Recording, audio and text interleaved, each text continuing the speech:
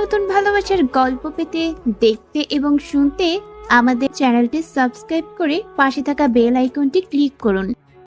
এই মেয়ে, শরীর যখন খোলাই থাকবে তখন আর পোশাক পরার কি দরকার? পোশাক ছাড়া থাকলেই তো পারেন। ইউ ইডিয়ট, কি বলছিস এসব? মেয়েদের এসব কথা বলতে তোর লজ্জা করে না? নির্লজ্জ বেহায়া মার্কা ছেলে। এই আপু শোনেন, আপনি যদি উলঙ্গ হয়ে ঘুরতে পারেন, আপনার লজ্জা না করে, তাহলে আমি নির্লজ্জ বেহায়া, তাই না? শোনেন, আপনার মতো মেয়েদের জন্যই আজ মেয়ে জাতি মানুষের কাছে সম্মান পায় না। আপনার মতো মেয়েরা যদি একটু নিজেদের শরীরকে পর্দায় রাখতো, তাহলে এত ধর্ষণ নির্যাতন হতো না।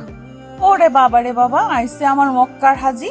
উনি যেন মক্কা থেকে হজ করে এসেছেন না, এখন আমাকে ভাষণ দিচ্ছেন। আমি না তোর এসব ভাষণ শুনতে আসি। দেখুন আপু, আপনার মতো মেয়েদেরকে না আসলে ভালো উপদেশ দিতে নেই। আপনার মতো মেয়েরা কখনোই ভালো কথার মানুষ না। আপনারা তো কখনো ভালো কথা বুঝেনি না, উল্টা আমাদেরকে কোনো একটা কথা বলে আপনার আরো 5টা কথা শুনিয়ে দেন। শোনেন, এভাবে উলঙ্গ হয়ে না মানুষের রাস্তায় বের হয় না। দেখ, এতক্ষণ ধরে তোর সঙ্গে ভদ্রভাবে কথা বলেও এখন কিন্তু আমি আমার মেজাজকে আর কোনোভাবেই কন্ট্রোল করতে পারছি না। তুই আমাকে উলঙ্গ কেন বলছিস? আমি কি পোশাক ছাড়া আছি নাকি? আমি তো পোশাক পরিধান করে রাস্তায় বের হয়েছি। দেখুন ম্যাডাম, এগুলোকে কোনো পোশাক বলে না। আপনি যেগুলো পরে আছেন এগুলো পোশাকের কাতারেই পড়ে না। আপনি যে পোশাকগুলো পরে আছেন এতে তো আপনার শরীরের অর্ধেকের বেশি অংশই দেখা যাচ্ছে। তাহলে এগুলো কেমন ধরনের পোশাক? দেখ, এগুলো ওয়েস্টার্ন পোশাক। এখনকার যুগের মেয়েরা এগুলোই পরে। আর এখনকার যুগের মেয়েরা না আদিম যুগের মেয়েদের মতো গাইয়া ভূত নয় যে সবসময় শাড়ি 3 পিস পরে ঘরের কোণে বসে থাকবে। এখন যুগ আপডেট হয়েছে, এখনকার যুগের সবাই এরকম পোশাকই পরে। হ্যাঁ ম্যাডাম, আপনি একদম ঠিক কথাই বলেছেন। এখন যুগ আপডেট হয়েছে, আর সেজন্যই তো এখন হাজার হাজার ধর্ষণের গল্প শোনা যায়। আগেকার যুগের মেয়েরা যখন পরিপূর্ণ পোশাক পরিধান করত তখন কিন্তু এত ধর্ষণ হতো না। আর এখন কেন এত ধর্ষণ, কেন চারদিকে এত হাজারি শোনা যায়? তুই আমাকে এতক্ষণ যে কথাগুলো বলেছিস তার জন্য তোকে অসংখ্য ধন্যবাদ, কিন্তু বিশ্বাস কর, এখানে দাঁড়িয়ে দাঁড়িয়ে তোর এসব লেকচার শোনার মতো কোনো সময় আমার নেই। আমাকে এখন যেতে হবে। এই বলে তিশা হন করে সেখান থেকে চলে যায়। আর এদিকে রাজ ভার্সিটিতে চলে আসে। রাজ এই বছর অনার্স ফাইনাল ইয়ারে পড়াশোনা করছে। সে তার বাবা মায়ের একমাত্র আদরের সন্তান। তার বাবা মায়ের কাছে সে যখন মুখ ফুটে যেটা চেয়েছে সেটাই পেয়েছে। তার বাবা মা তাকে অনেক আদর যত্ন নিয়ে বড় করেছে। যাই হোক ভিউয়ার্স, চলুন কথা না বাড়িয়ে মূল গল্পে ফিরে আসি। আর বাকি বিষয়টা না হয়ে আপনারা গল্পের মধ্যেই জেনে নেবেন। ক্যাম্পাসে এসেই তার বন্ধু নিলয়ের সঙ্গে তার দেখা হয়। কি ব্যাপার দোস্ত, কেমন আছিস? এই তো আলহামদুলিল্লাহ ভালোই আছি। তোর কি খবর? আর তুই না বলেছিলি তোর ছোট বোনকে আমাদের ভার্সিটিতে ভর্তি করাবি, তাহলে নিয়ে আসলি না কেন? আসলে শরীরটা ভালো নেই, গতকাল রাতে হঠাৎ করে খুব জ্বর এসেছে, তাই নিয়ে আসতে পারিনি। জ্বর একটু কমলে তারপরেই নিয়ে আসবো। যাই হোক, চল, ক্লাসের টাইম হয়ে গেছে, ক্লাসে যাওয়া যাক। এই বলে রাজ আর হৃদয় দুজনেই ক্লাসরুমে চলে আসে। প্রথম ক্লাসের ঘন্টা পড়তেই প্রিন্সিপাল স্যার একটা মেয়েকে নিয়ে ক্লাসরুমে ঢুকলো। তখনই ক্লাসের সবাই দাঁড়িয়ে সালাম প্রদর্শন করতে যাবে, তখনই রাজ দেখতে পেল সকালবেলা যে মেয়েটার সঙ্গে রাস্তায় সে কথা বলেছে ওই মেয়েটাই এখানে। তখন রাজ মনে মনে বলতে লাগলো, এই অর্ধনগ্ন মেয়েটা এখানে কি করছে? কথাটা মনে মনেই বলল রাজ। আর তখনই প্রিন্সিপাল স্যার সবাইকে উদ্দেশ্য করে বলতে লাগলো, ডিয়ার স্টুডেন্ট, এই হলো তিশা, তোমাদের নতুন টিচার। আর তার আরও একটা পরিচয় আছে, সে হলো আমার বেস্ট ফ্রেন্ডের একমাত্র মেয়ে। যাই হোক, তোমাদের সঙ্গে বেশি কথা বলার সময় আমার নেই, আমার কাজ আছে, আমাকে চলে যেতে হবে। তোমরা তোমাদের টিচারের সঙ্গে পরিচিত হয়ে নাও। এই বলে প্রিন্সিপাল স্যার ক্লাসরুম থেকে বের হয়ে চলে গেল। তখনই তিশা দেখতে পেল রাজ তার সামনেই বসে আছে।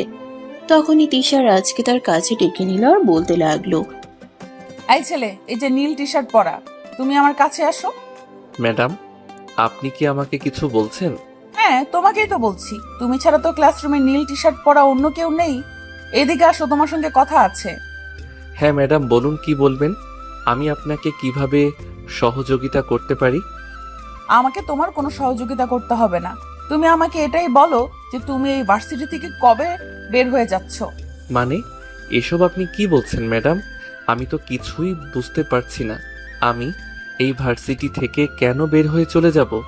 আমি কি কোনো অপরাধ করেছি? ওরে বাবা, ন্যাকা সাজা হচ্ছে তাই না? তুমি একটু আগে আমার সঙ্গে কি করেছো সেটা কি তুমি ভুলে গেছো নাকি? তুমি ভুলে গেলেও আমি তোমাকে মনে করিয়ে দিতে পারি, তোমার এই ভার্সিটিতে আর থাকা হবে না। তুমি আমার সঙ্গে যেটা করেছো একদম বেশি করে ফেলেছো। তখন তুমি আমার অচেনা কেউ ছিলে, তাই তোমাকে কিছু বলতে পারিনি। তো এখন তুমি এই ভার্সিটি স্টুডেন্ট, তাই এখানে পড়াশোনা কন্টিনিউ করাটা তোমার জন্য একটু টাফ হয়ে যাবে। ম্যাডাম, এখানে আমি আমার বাবার পয়সা দিয়ে পড়াশোনা করি, কারোর বাপের পয়সাই নয়। তাই আমার মনে হয় আপনি চাইলেও আমার কিছু করতে পারবেন না। মানে তুমি আমায় চ্যালেঞ্জ করছো? তাহলে আমিও তোমার চ্যালেঞ্জ একসেপ্ট করলাম। তুমি শুনে রাখো, আমি যদি ঠিক 7 দিনের মধ্যে তোমাকে এই ভার্সিটি থেকে বের করতে না পারি, তবে আমার নামও তিশা নয়। কথাটা মনে রেখো। ও তাই নাকি ম্যাডাম? তাহলে আপনি ঠিক করে রাখুন আপনার নাম কি রাখবেন। আমি এই ভার্সিটি থেকে যাচ্ছি না, এটা আপনাকে আমি বলে দিলাম। তিশা তখন কোনো কথা না বলে ক্লাস করানোতে মনোযোগ দিল। কিছুক্ষণ পর ক্লাস করানো শেষ হলে তিশা ক্লাসরুম থেকে বের হয়ে সোজা প্রিন্সিপাল স্যারের কেবিনে চলে গেল। প্রিন্সিপাল অবাক হয়ে জিজ্ঞাসা করলেন, কি ব্যাপার তিশা, তোমাকে এমন দেখাচ্ছে কেন? কিছু হয়েছে নাকি? আঙ্কেল, কি হয়নি সেটাই আপনি আমাকে জিজ্ঞাসা করেন? ওই ক্লাসের ওই বজ্জাত ছেলেটা যে আজ নীল টি শার্ট পরে এসেছে, ওকে এই ভার্সিটি থেকে বের করে দিতে হবে। ও যদি এই ভার্সিটিতে পড়াশোনা করে তাহলে আমি এখানে চাকরি করব না। এসব তুমি কি বলছো তিশা? তোমার কি মাথা খারাপ হয়ে গেছে নাকি?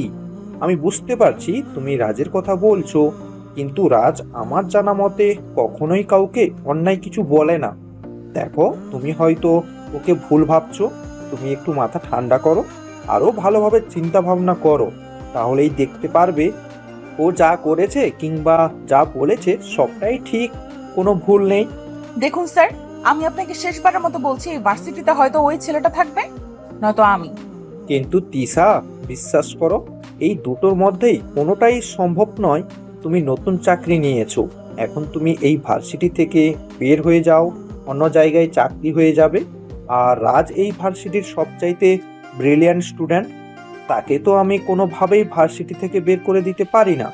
তাছাড়া সে অনার্স ফাইনাল ইয়ারের স্টুডেন্ট, এই মুহূর্তে তো কোনোভাবেই সম্ভব নয়। আমি যদি তাকে ভার্সিটি থেকে বের করে দিই, তাহলে হয়তো এমনও হতে পারে যে আমার চাকরিটাও চলে যাবে। তিশা তখন কোনো কথা না বলেই রাগে গজগজ করতে করতে প্রিন্সিপালের কেবিন থেকে বের হয়ে আর মনে মনে ভাবতে লাগে, এই ছেলেটাকে যেভাবেই হোক একটু উচিত শিক্ষা দিতেই হবে, তা না হলে কাজ হবে না। অপরদিকে রাজ তো তার বন্ধু নিলয়কে প্রশ্ন করলো, কি ব্যাপার দোস্ত? কিছুই তো বুঝতে পারলাম না। ম্যাডাম নতুন এসেছে আর তোকে ডেকে নিয়ে এসব কি বললো? আরে দোস্ত, সেরকম কোনো ব্যাপার না। আসলে ম্যাডামকে যখন রাস্তায় দেখেছিলাম তখন জানতাম না ম্যাডাম আমাদের ভার্সিটিতেই চাকরি নিয়েছে। তখনই ম্যাডামকে ম্যাডামের পোশাকের ব্যাপারে কিছু কথা বলেছিলাম। ও আচ্ছা, এই ব্যাপার, বুঝতে পারছি। আসলে এই বিষয়টা ক্লাসরুমে আমিও লক্ষ্য করেছিলাম। ক্লাসের ছেলেগুলো ম্যাডামের দিকে কিভাবে তাকিয়েছিল তুই দেখেছিলি? ছেলেগুলো যেন একদম ম্যাডামের দিকে তাকিয়ে থেকে ম্যাডামকে গিলে খাবে এমন একটা অবস্থা। হ্যাঁ, সেটা তো আমি দেখতেই পাচ্ছিলাম। আসলে এই যুগের ছেলেরা এরকমই। ওরা তো শালীন পোশাক করে একটা মেয়েকে দেখলেও ইভটেজিং করতে চায়, আর সেখানে কিনা এরকম অর্ধনগ্ন একটা মেয়ে।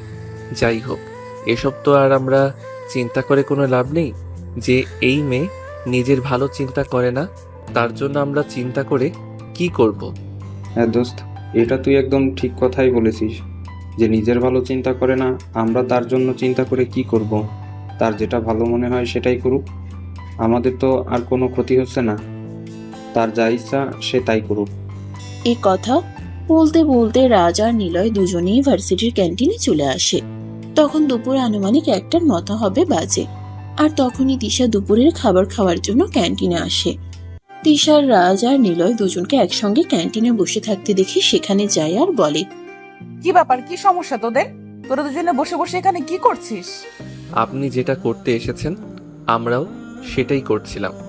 আমি তোদের ম্যাম এটা জানার পরেও তোরা আমার সঙ্গে মুখে মুখে তর্ক করছিস? ওদের সাহস দেখে আমি অবাক না হয়ে পারছি না। ম্যাডাম, বিশ্বাস করো না তো, অবাক হওয়ার কিছু নেই। এটা ক্যান্টিনে, এখানে সবাই খাবার খেতেই আসে। তাই আপনি আমাকে প্রশ্ন করার আগে এটা ভাবা উচিত ছিল। আসলে তুই একটা বেয়াদব, তোর সঙ্গে কথা বলে পারা যাবে না। দেখুন ম্যাডাম, আপনি আমাকে বেয়াদব বলবেন না।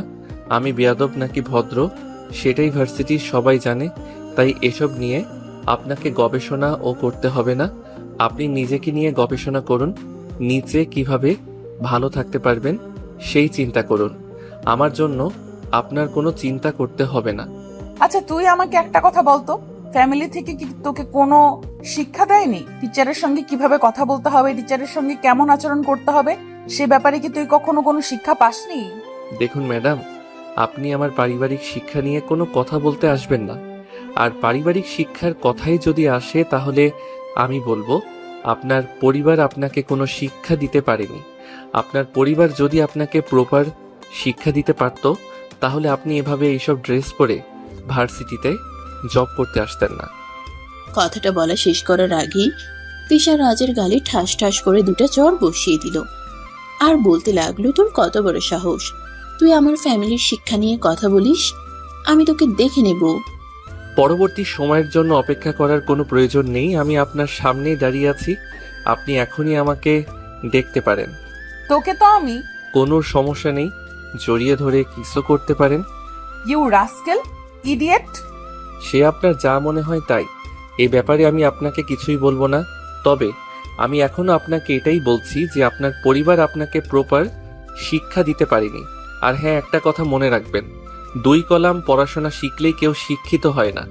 শিক্ষিত হওয়ার জন্য সবচাইতে বেশি প্রয়োজন হলো পারিবারিক শিক্ষা এবং নিজের মস্তিষ্ককে সুস্থ রাখা। আমি খুব ভালোভাবেই বুঝতে পেরেছি তোর সঙ্গে এইভাবে পারা যাবে না, তোকে অন্যভাবে শায়েস্তা করতে হবে। কিন্তু তুই কোনো চিন্তা করিস না, আমি যতদিন পর্যন্ত তোকে শায়েস্তা করতে না পারবো ততদিন পর্যন্ত শান্ত হব না। এই কথা বলে তিশা হনহন করে সেখান থেকে বের হয়ে যায়। আর এদিকে রাজ আর নিলয় দুজনে খাওয়া দাওয়া শেষ করে ক্যান্টিন থেকে বের হয়ে আসে। এর পরের দিন ছিল শুক্রবার। শুক্রবার বিকেলে রাজ তার বন্ধুদের সঙ্গে আড্ডা দেওয়ার জন্য বাসা থেকে বের হয় বাইক নিয়ে। বাজে রাস্তায় যেতেই কিছু বখাটে ছেলে পেলে তার পথ আগলে দাঁড়ায়। সে কোনো কিছু বুঝতে না পেরে বাইকে দাঁড় করায়। আর তখনই ছেলেগুলো দৌড়ে তার কাছে চলে আসে আর তার সামনে দাঁড়িয়ে বলতে থাকে, এই তোর কত বড় সাহস, তুই আমাদের ম্যাডামকে বিরক্ত করিস? তুই জানিস আমরা এখন তোর কি করব? না, জানি না, আর জানার কোনো ইচ্ছেও নেই। যদি নিজেদের ভালো চাস তাহলে আমার সামনে থেকে সরে দাঁড়া। আমি আমার বন্ধুদের কাছে যাচ্ছি, ওরা আমার জন্য অপেক্ষা করছে। দয়া করে আমাকে লেট করাস না। তোর বন্ধুদের কাছে যাওয়া তোর হবে না, তোকে আমরা জমের বাড়ি পাঠিয়ে দেওয়ার চিন্তা ভাবনা করছি। তুই এক্ষুনি এখান থেকে সোজা জমের বাড়ি চলে যাবি। দেখ, শুধু শুধু আমার সঙ্গে পাঙ্গা নিতে আসিস না। আমার সম্পর্কে তোদের কোনো আইডিয়া নেই, তাই আমার সামনে দাঁড়িয়ে এভাবে কথা বলার সাহস পাচ্ছিস। কিন্তু বিশ্বাস কর, তোদের এসব হুমকি থামকি আমি একটুও ভয় পাই না। তাহলে তুই যেটা ভয় পাস সেটারই ব্যবস্থা করতে হবে। আর কোনো চিন্তা করিস না, আমরা সমস্ত রকম প্রিপারেশন নিয়ে এসেছি। এই বলে সবগুলো ছেলে একসঙ্গে রাজকে আক্রমণ করতে যাবে। আর তখনই রাজ তাদের সবাইকে প্রতিহত করতে শুরু করলো। ডিসুম ডিসুম করে সব কটাকে মারতে শুরু করলো। একদম সব কয়টাকে মেরে নাজেহাল অবস্থা করে দিল। আর তখনই সে তিশার নাম্বারে ফোন দিল। হ্যালো, তিশা স্পিকিং, কাকে চাই? আমি রাজ। আপনি যাকে মারার জন্য গুন্ডা বাহিনী ভাড়া করে পাঠিয়েছিলেন, আপনার সেই গুন্ডা বাহিনীকে আমি মেরে একদম তক্তা বানিয়ে দিয়েছি। এখন ওরা চৌরাস্তার মোড়ে আছে। আপনি দয়া করে আপনার গুন্ডা বাহিনীকে এখান থেকে হসপিটালে নিয়ে যাওয়ার ব্যবস্থা করুন। তা না হলে ওরা হয়তো মারা যেতে পারে, কারণ আমি ওদেরকে খুব ভালো করেই উত্তম মাধ্যম দিয়েছি। ফাও কথা বলার আর জায়গা পাস না? আমি তো 50,000 টাকা ভাড়া করে গুন্ডা বাহিনী পাঠিয়েছি ওকে আজকে মেরে ফেলার জন্য। এতক্ষণে হয়তো ওর লাশ ওরা মাটিতে পুঁতেও ফেলেছে। আর এখন তুই কিনা বলছিস যে তুই রাজ আর আমার গুন্ডা বাহিনীকে মেরে তক্তা বানিয়ে দিয়েছিস? এগুলো আমাকে বিশ্বাস করতে হবে? ম্যাডাম, বিশ্বাস না করলে আমার কিছুই করার নেই, কারণ আপনার গুন্ডা বাহিনীর সব কয়টা গুন্ডাকে আমি পিটিয়ে এমন অবস্থা করে দিয়েছি যে এরা এখন আর কথা বলার অবস্থাতে নেই। যাই হোক, আপনি না আসলেও সমস্যা হবে না। আমি ওদেরকে হসপিটালে পাঠিয়ে দিচ্ছি। দয়া করে হসপিটালের বিলটাও আপনি দিয়ে দিবেন। এই বলে তখনই রাজ টুং করে ফোনটা কেটে দিল। আর এদিকে তিশা তার ভাড়া করা মাস্তান বাহিনীর সরকারকে ফোন দিতে লাগলো, কিন্তু কেউ ফোন রিসিভ করলো না। তিশা পড়ে গেল মহা চিন্তায়। অপরদিকে রাজ অ্যাম্বুলেন্স ফোন করে মাস্তান বাহিনীর সব কয়টা ছেলেপেলেকে হসপিটালে নিয়ে যায়। তারপর ওদেরকে ভর্তি করিয়ে দিয়ে রিসিপশনে তিশার নাম্বারটা দিয়ে চলে আসে। কিছুক্ষণ পর হসপিটালের রিসিপশন থেকে তিশার নাম্বারে ফোন চাইতেই সব ফোনটা রিসিভ করে, আর তখনই রিসিপশনের মেয়েটা তিশাকে উদ্দেশ্য করে বলে, আসসালামু আলাইকুম, আপনি কি তিশা ম্যাডাম বলছেন? হ্যাঁ বলছি, কিন্তু আপনি কি আর আমাকে কেন ফোন করেছেন? ম্যাডাম, একটু আগে আমাদের হসপিটালে বেশ কিছু ছেলেপেলেকে নিয়ে একজন লোক এসেছে। ওদের অবস্থা খুবই ক্রিটিক্যাল। উনি ওদেরকে ভর্তি করিয়ে তারপর আপনার নাম্বারটা দিয়ে চলে গেছেন। আপনি এক্ষুনি একবার সিটি হসপিটালে আসুন। এসব আপনি কি বলছেন? আমি তো বিশ্বাসই করতে পারছি না। তাহলে কি রাজ সত্যি সত্যি আমার গুন্ডা বাহিনীকে মেরে তক্তা বানিয়েছে? হ্যাঁ ম্যাডাম, একদমই তাই। ছেলেগুলোর অবস্থা খুবই খারাপ। ইমার্জেন্সি ওদেরকে ট্রিটমেন্ট করাতে হবে, তা না হলে অবস্থা খুবই খারাপ হয়ে যেতে পারে। আর ওদের অনেকগুলো ওষুধ লাগবে, এগুলোর দাম প্রায় 1.5 লাখ টাকার মতো। আর ওই টাকাটা আপনাকে পে করতে হবে, তা না হলে আমি ওদের ট্রিটমেন্ট করাতে পারবো না। কথাটা বলে তিশা পড়ে গেল মহা চিন্তায়। সে কি করবে কিছুই বুঝতে পারছে না। তখনই হঠাৎ করে সে তার আব্বুকে ফোন দেয় আর বলে, আব্বু, আমার এক্ষুনি 1.5 লক্ষ টাকা লাগবে। তুমি এক্ষুনি আমার অ্যাকাউন্টে ওই টাকাটা পাঠিয়ে দাও। এসব তুই কি বলছিস? এখন আমি এত টাকা কোথায় পাবো? তাছাড়া তুই তো খুব ভালো করেই জানিস আমাদের মধ্যবিত্ত ফ্যামিলি, আমরা যখন যা চাই তখন তাই করতে পারি না। তাই আমাদের সবকিছু চিন্তা ভাবনা করেই করতে হয়। আব্বু, আমি কোনো কথা শুনতে চাই না। আমি তো তোমাকে বললাম আমার এক্ষুনি 1.5 লক্ষ টাকা লাগবে। তুমি এক্ষুনি এই টাকাটা আমার অ্যাকাউন্টে ট্রান্সফার করো। আচ্ছা ঠিক আছে, সেটা না হয় দিলাম, কিন্তু কি কারণে তোমার একটা টাকাও লাগবে? আমি তো সেই কারণটাই কিন্তু কি কারণে তোমার এতগুলো টাকা লাগবে আমি তো সেই কারণটাই জানতে পারি। সেই কারণটা তো আমাকে বলো। আব্বু, আমি তো তোমাকে বললাম যে টাকাটা আমার কাজে লাগবে, তাই আমি তো কোনো কাজে এই টাকাটা ব্যয় করব। তাহলে তুমি এত কৈফিয়ত আমার কাছে কেন চাইছো? আচ্ছা ঠিক আছে, আমি তোমার অ্যাকাউন্টে টাকা ট্রান্সফার করে দিচ্ছি। তবে একটা কথা তোমাকে বলি, এভাবে আজে বাজে ভাবে পয়সা নষ্ট করো না, কারণ পয়সা ইনকাম করতে খুব কষ্ট হয়। এই বলে তিশার আব্বু ফোনটা কেটে দেয় আর তিশার অ্যাকাউন্টে 1.5 লক্ষ টাকা ট্রান্সফার করে দেয়। আসলে তিশার আব্বুর আর্থিক অবস্থা অতটাও ভালো নয়। মোটামুটি একটা চাকরি করে, সেখান থেকে মাস শেষে 70,000 টাকা মাইনে পায়, আর সেটা দিয়েই ফ্যামিলিতে চালাতে হয়। আর তারপর তিনি সেখান থেকে অনেক কষ্ট করে কিছু টাকা সেভিংস করেন, আর তিশা এই টাকাগুলো এভাবেই নষ্ট করে। যাই হোক ভিউয়ার্স, চলুন গল্পে ফেরা যাক। তিশা টাকাগুলো নিয়ে তখনই হসপিটালে চলে গেল আর রিসিপশনে টাকাগুলো জমা দিয়ে সেখান থেকে চলে আসে। আর বাসে এসে সঙ্গে সঙ্গে রাজকে ফোন দেয়। তার মানে কি এটাই সত্যি যে এই কাজটা তুই করেছিস? ম্যাডাম, আমার যদি আপনার কথা বিশ্বাস না হয় তাহলে আপনার এই চেলাগুলো যখন সুস্থ হবে তখন এই চেলাগুলোর কাছেই জিজ্ঞাসা করে নেবেন। হ্যাঁ অবশ্যই, সে তো আমি জিজ্ঞাসা করবই। আর যদি এটা প্রমাণিত হয় যে এই কাজটা তুই করেছিস, তাহলে যে তোর কি হবে আমি সেটাই ভাবতে পারছি না। আমাকে নিয়ে এত চিন্তা করার কিছুই নেই। আমাকে নিয়ে আপনাকে কোনো চিন্তা করতে হবে না। আপনি নিজের চিন্তা করেন, আর আমার চিন্তা করার জন্য আমি নিজেই যথেষ্ট। এই বলে তিশাকে কোনো কথা বলার সুযোগ না দিয়ে রাজ ফোনটা কেটে দেয়। পরের দিন সকালবেলাতে এসব ভার্সিটিতে এসে দেখতে পেলেও রাজ তার বন্ধুদের নিয়ে ক্যাম্পাসে বসে আড্ডা দিচ্ছে। তখনই তিশা সেখানে গিয়ে উপস্থিত হয় আর রাজের কলার ধরে টেনে তোলার চেষ্টা করে, কিন্তু রাজ তখনই তার হাতটা এক ঝটকায় ছাড়িয়ে ফেলে আর বলতে থাকে, কি ব্যাপার ম্যাডাম, কি সমস্যা আপনার? আপনি আমার শার্টের কলার ধরছেন কেন? তোর শার্টের কলার কেন ধরেছি তুই বুঝতে পারছিস না? আমি আজ সকালে হসপিটালে ফোন করেছিলাম, আর তখনই ছেলেগুলোর কাছে জানতে পারলাম তুই নাকি ওদের মেরে এই অবস্থা করেছিস। কেন করেছিস এরকম? আপনি এই প্রশ্নটা আমাকে কেন করছেন? আপনি নিজেই তো তার উত্তর জানেন, তাহলে আমাকে প্রশ্ন করার কি দরকার? তোর শেষ পরিণতি না দেখে কিন্তু আমি তোকে ছাড়বো না। তুই জানিস না আমি কি জিনিস। আপনি আমার ম্যাম, আপাতত এইটুকু পরিচয় যথেষ্ট, আর কোনো কিছুর প্রয়োজন নেই। তোকে আমি দেখে নিব। এই বলে তিশা এখান থেকে চলে গেল। আর তখনই সেখানে উপস্থিত এর রাজের অন্য আরেক বন্ধু তাকে প্রশ্ন করে। কি ব্যাপার, কি হয়েছে দোস্ত? ম্যাডাম তোকে কি বললো? কিছুই তো বুঝতে পারলাম না। তোদেরকে এত কিছু বুঝতে হবে না। আর একটা কথা, তোরা তো খুব ভালো করেই জানিস আমি কখনো কোনো খারাপ কাজ করতে পারি না, আর অন্যকে কখনো প্রশ্রয় দেই না। তার পিছনে যেই থাকুক না কেন, তোরা এটা ভাবতে পারিস যে এখানে হয়তো সেরকম কিছুই হয়েছে। সেটা তো বুঝতে পারছি, কিন্তু রাজ, উনি আমাদের ম্যাডাম, ওনার সঙ্গে এরকম করা মনে হয় ঠিক হচ্ছে না।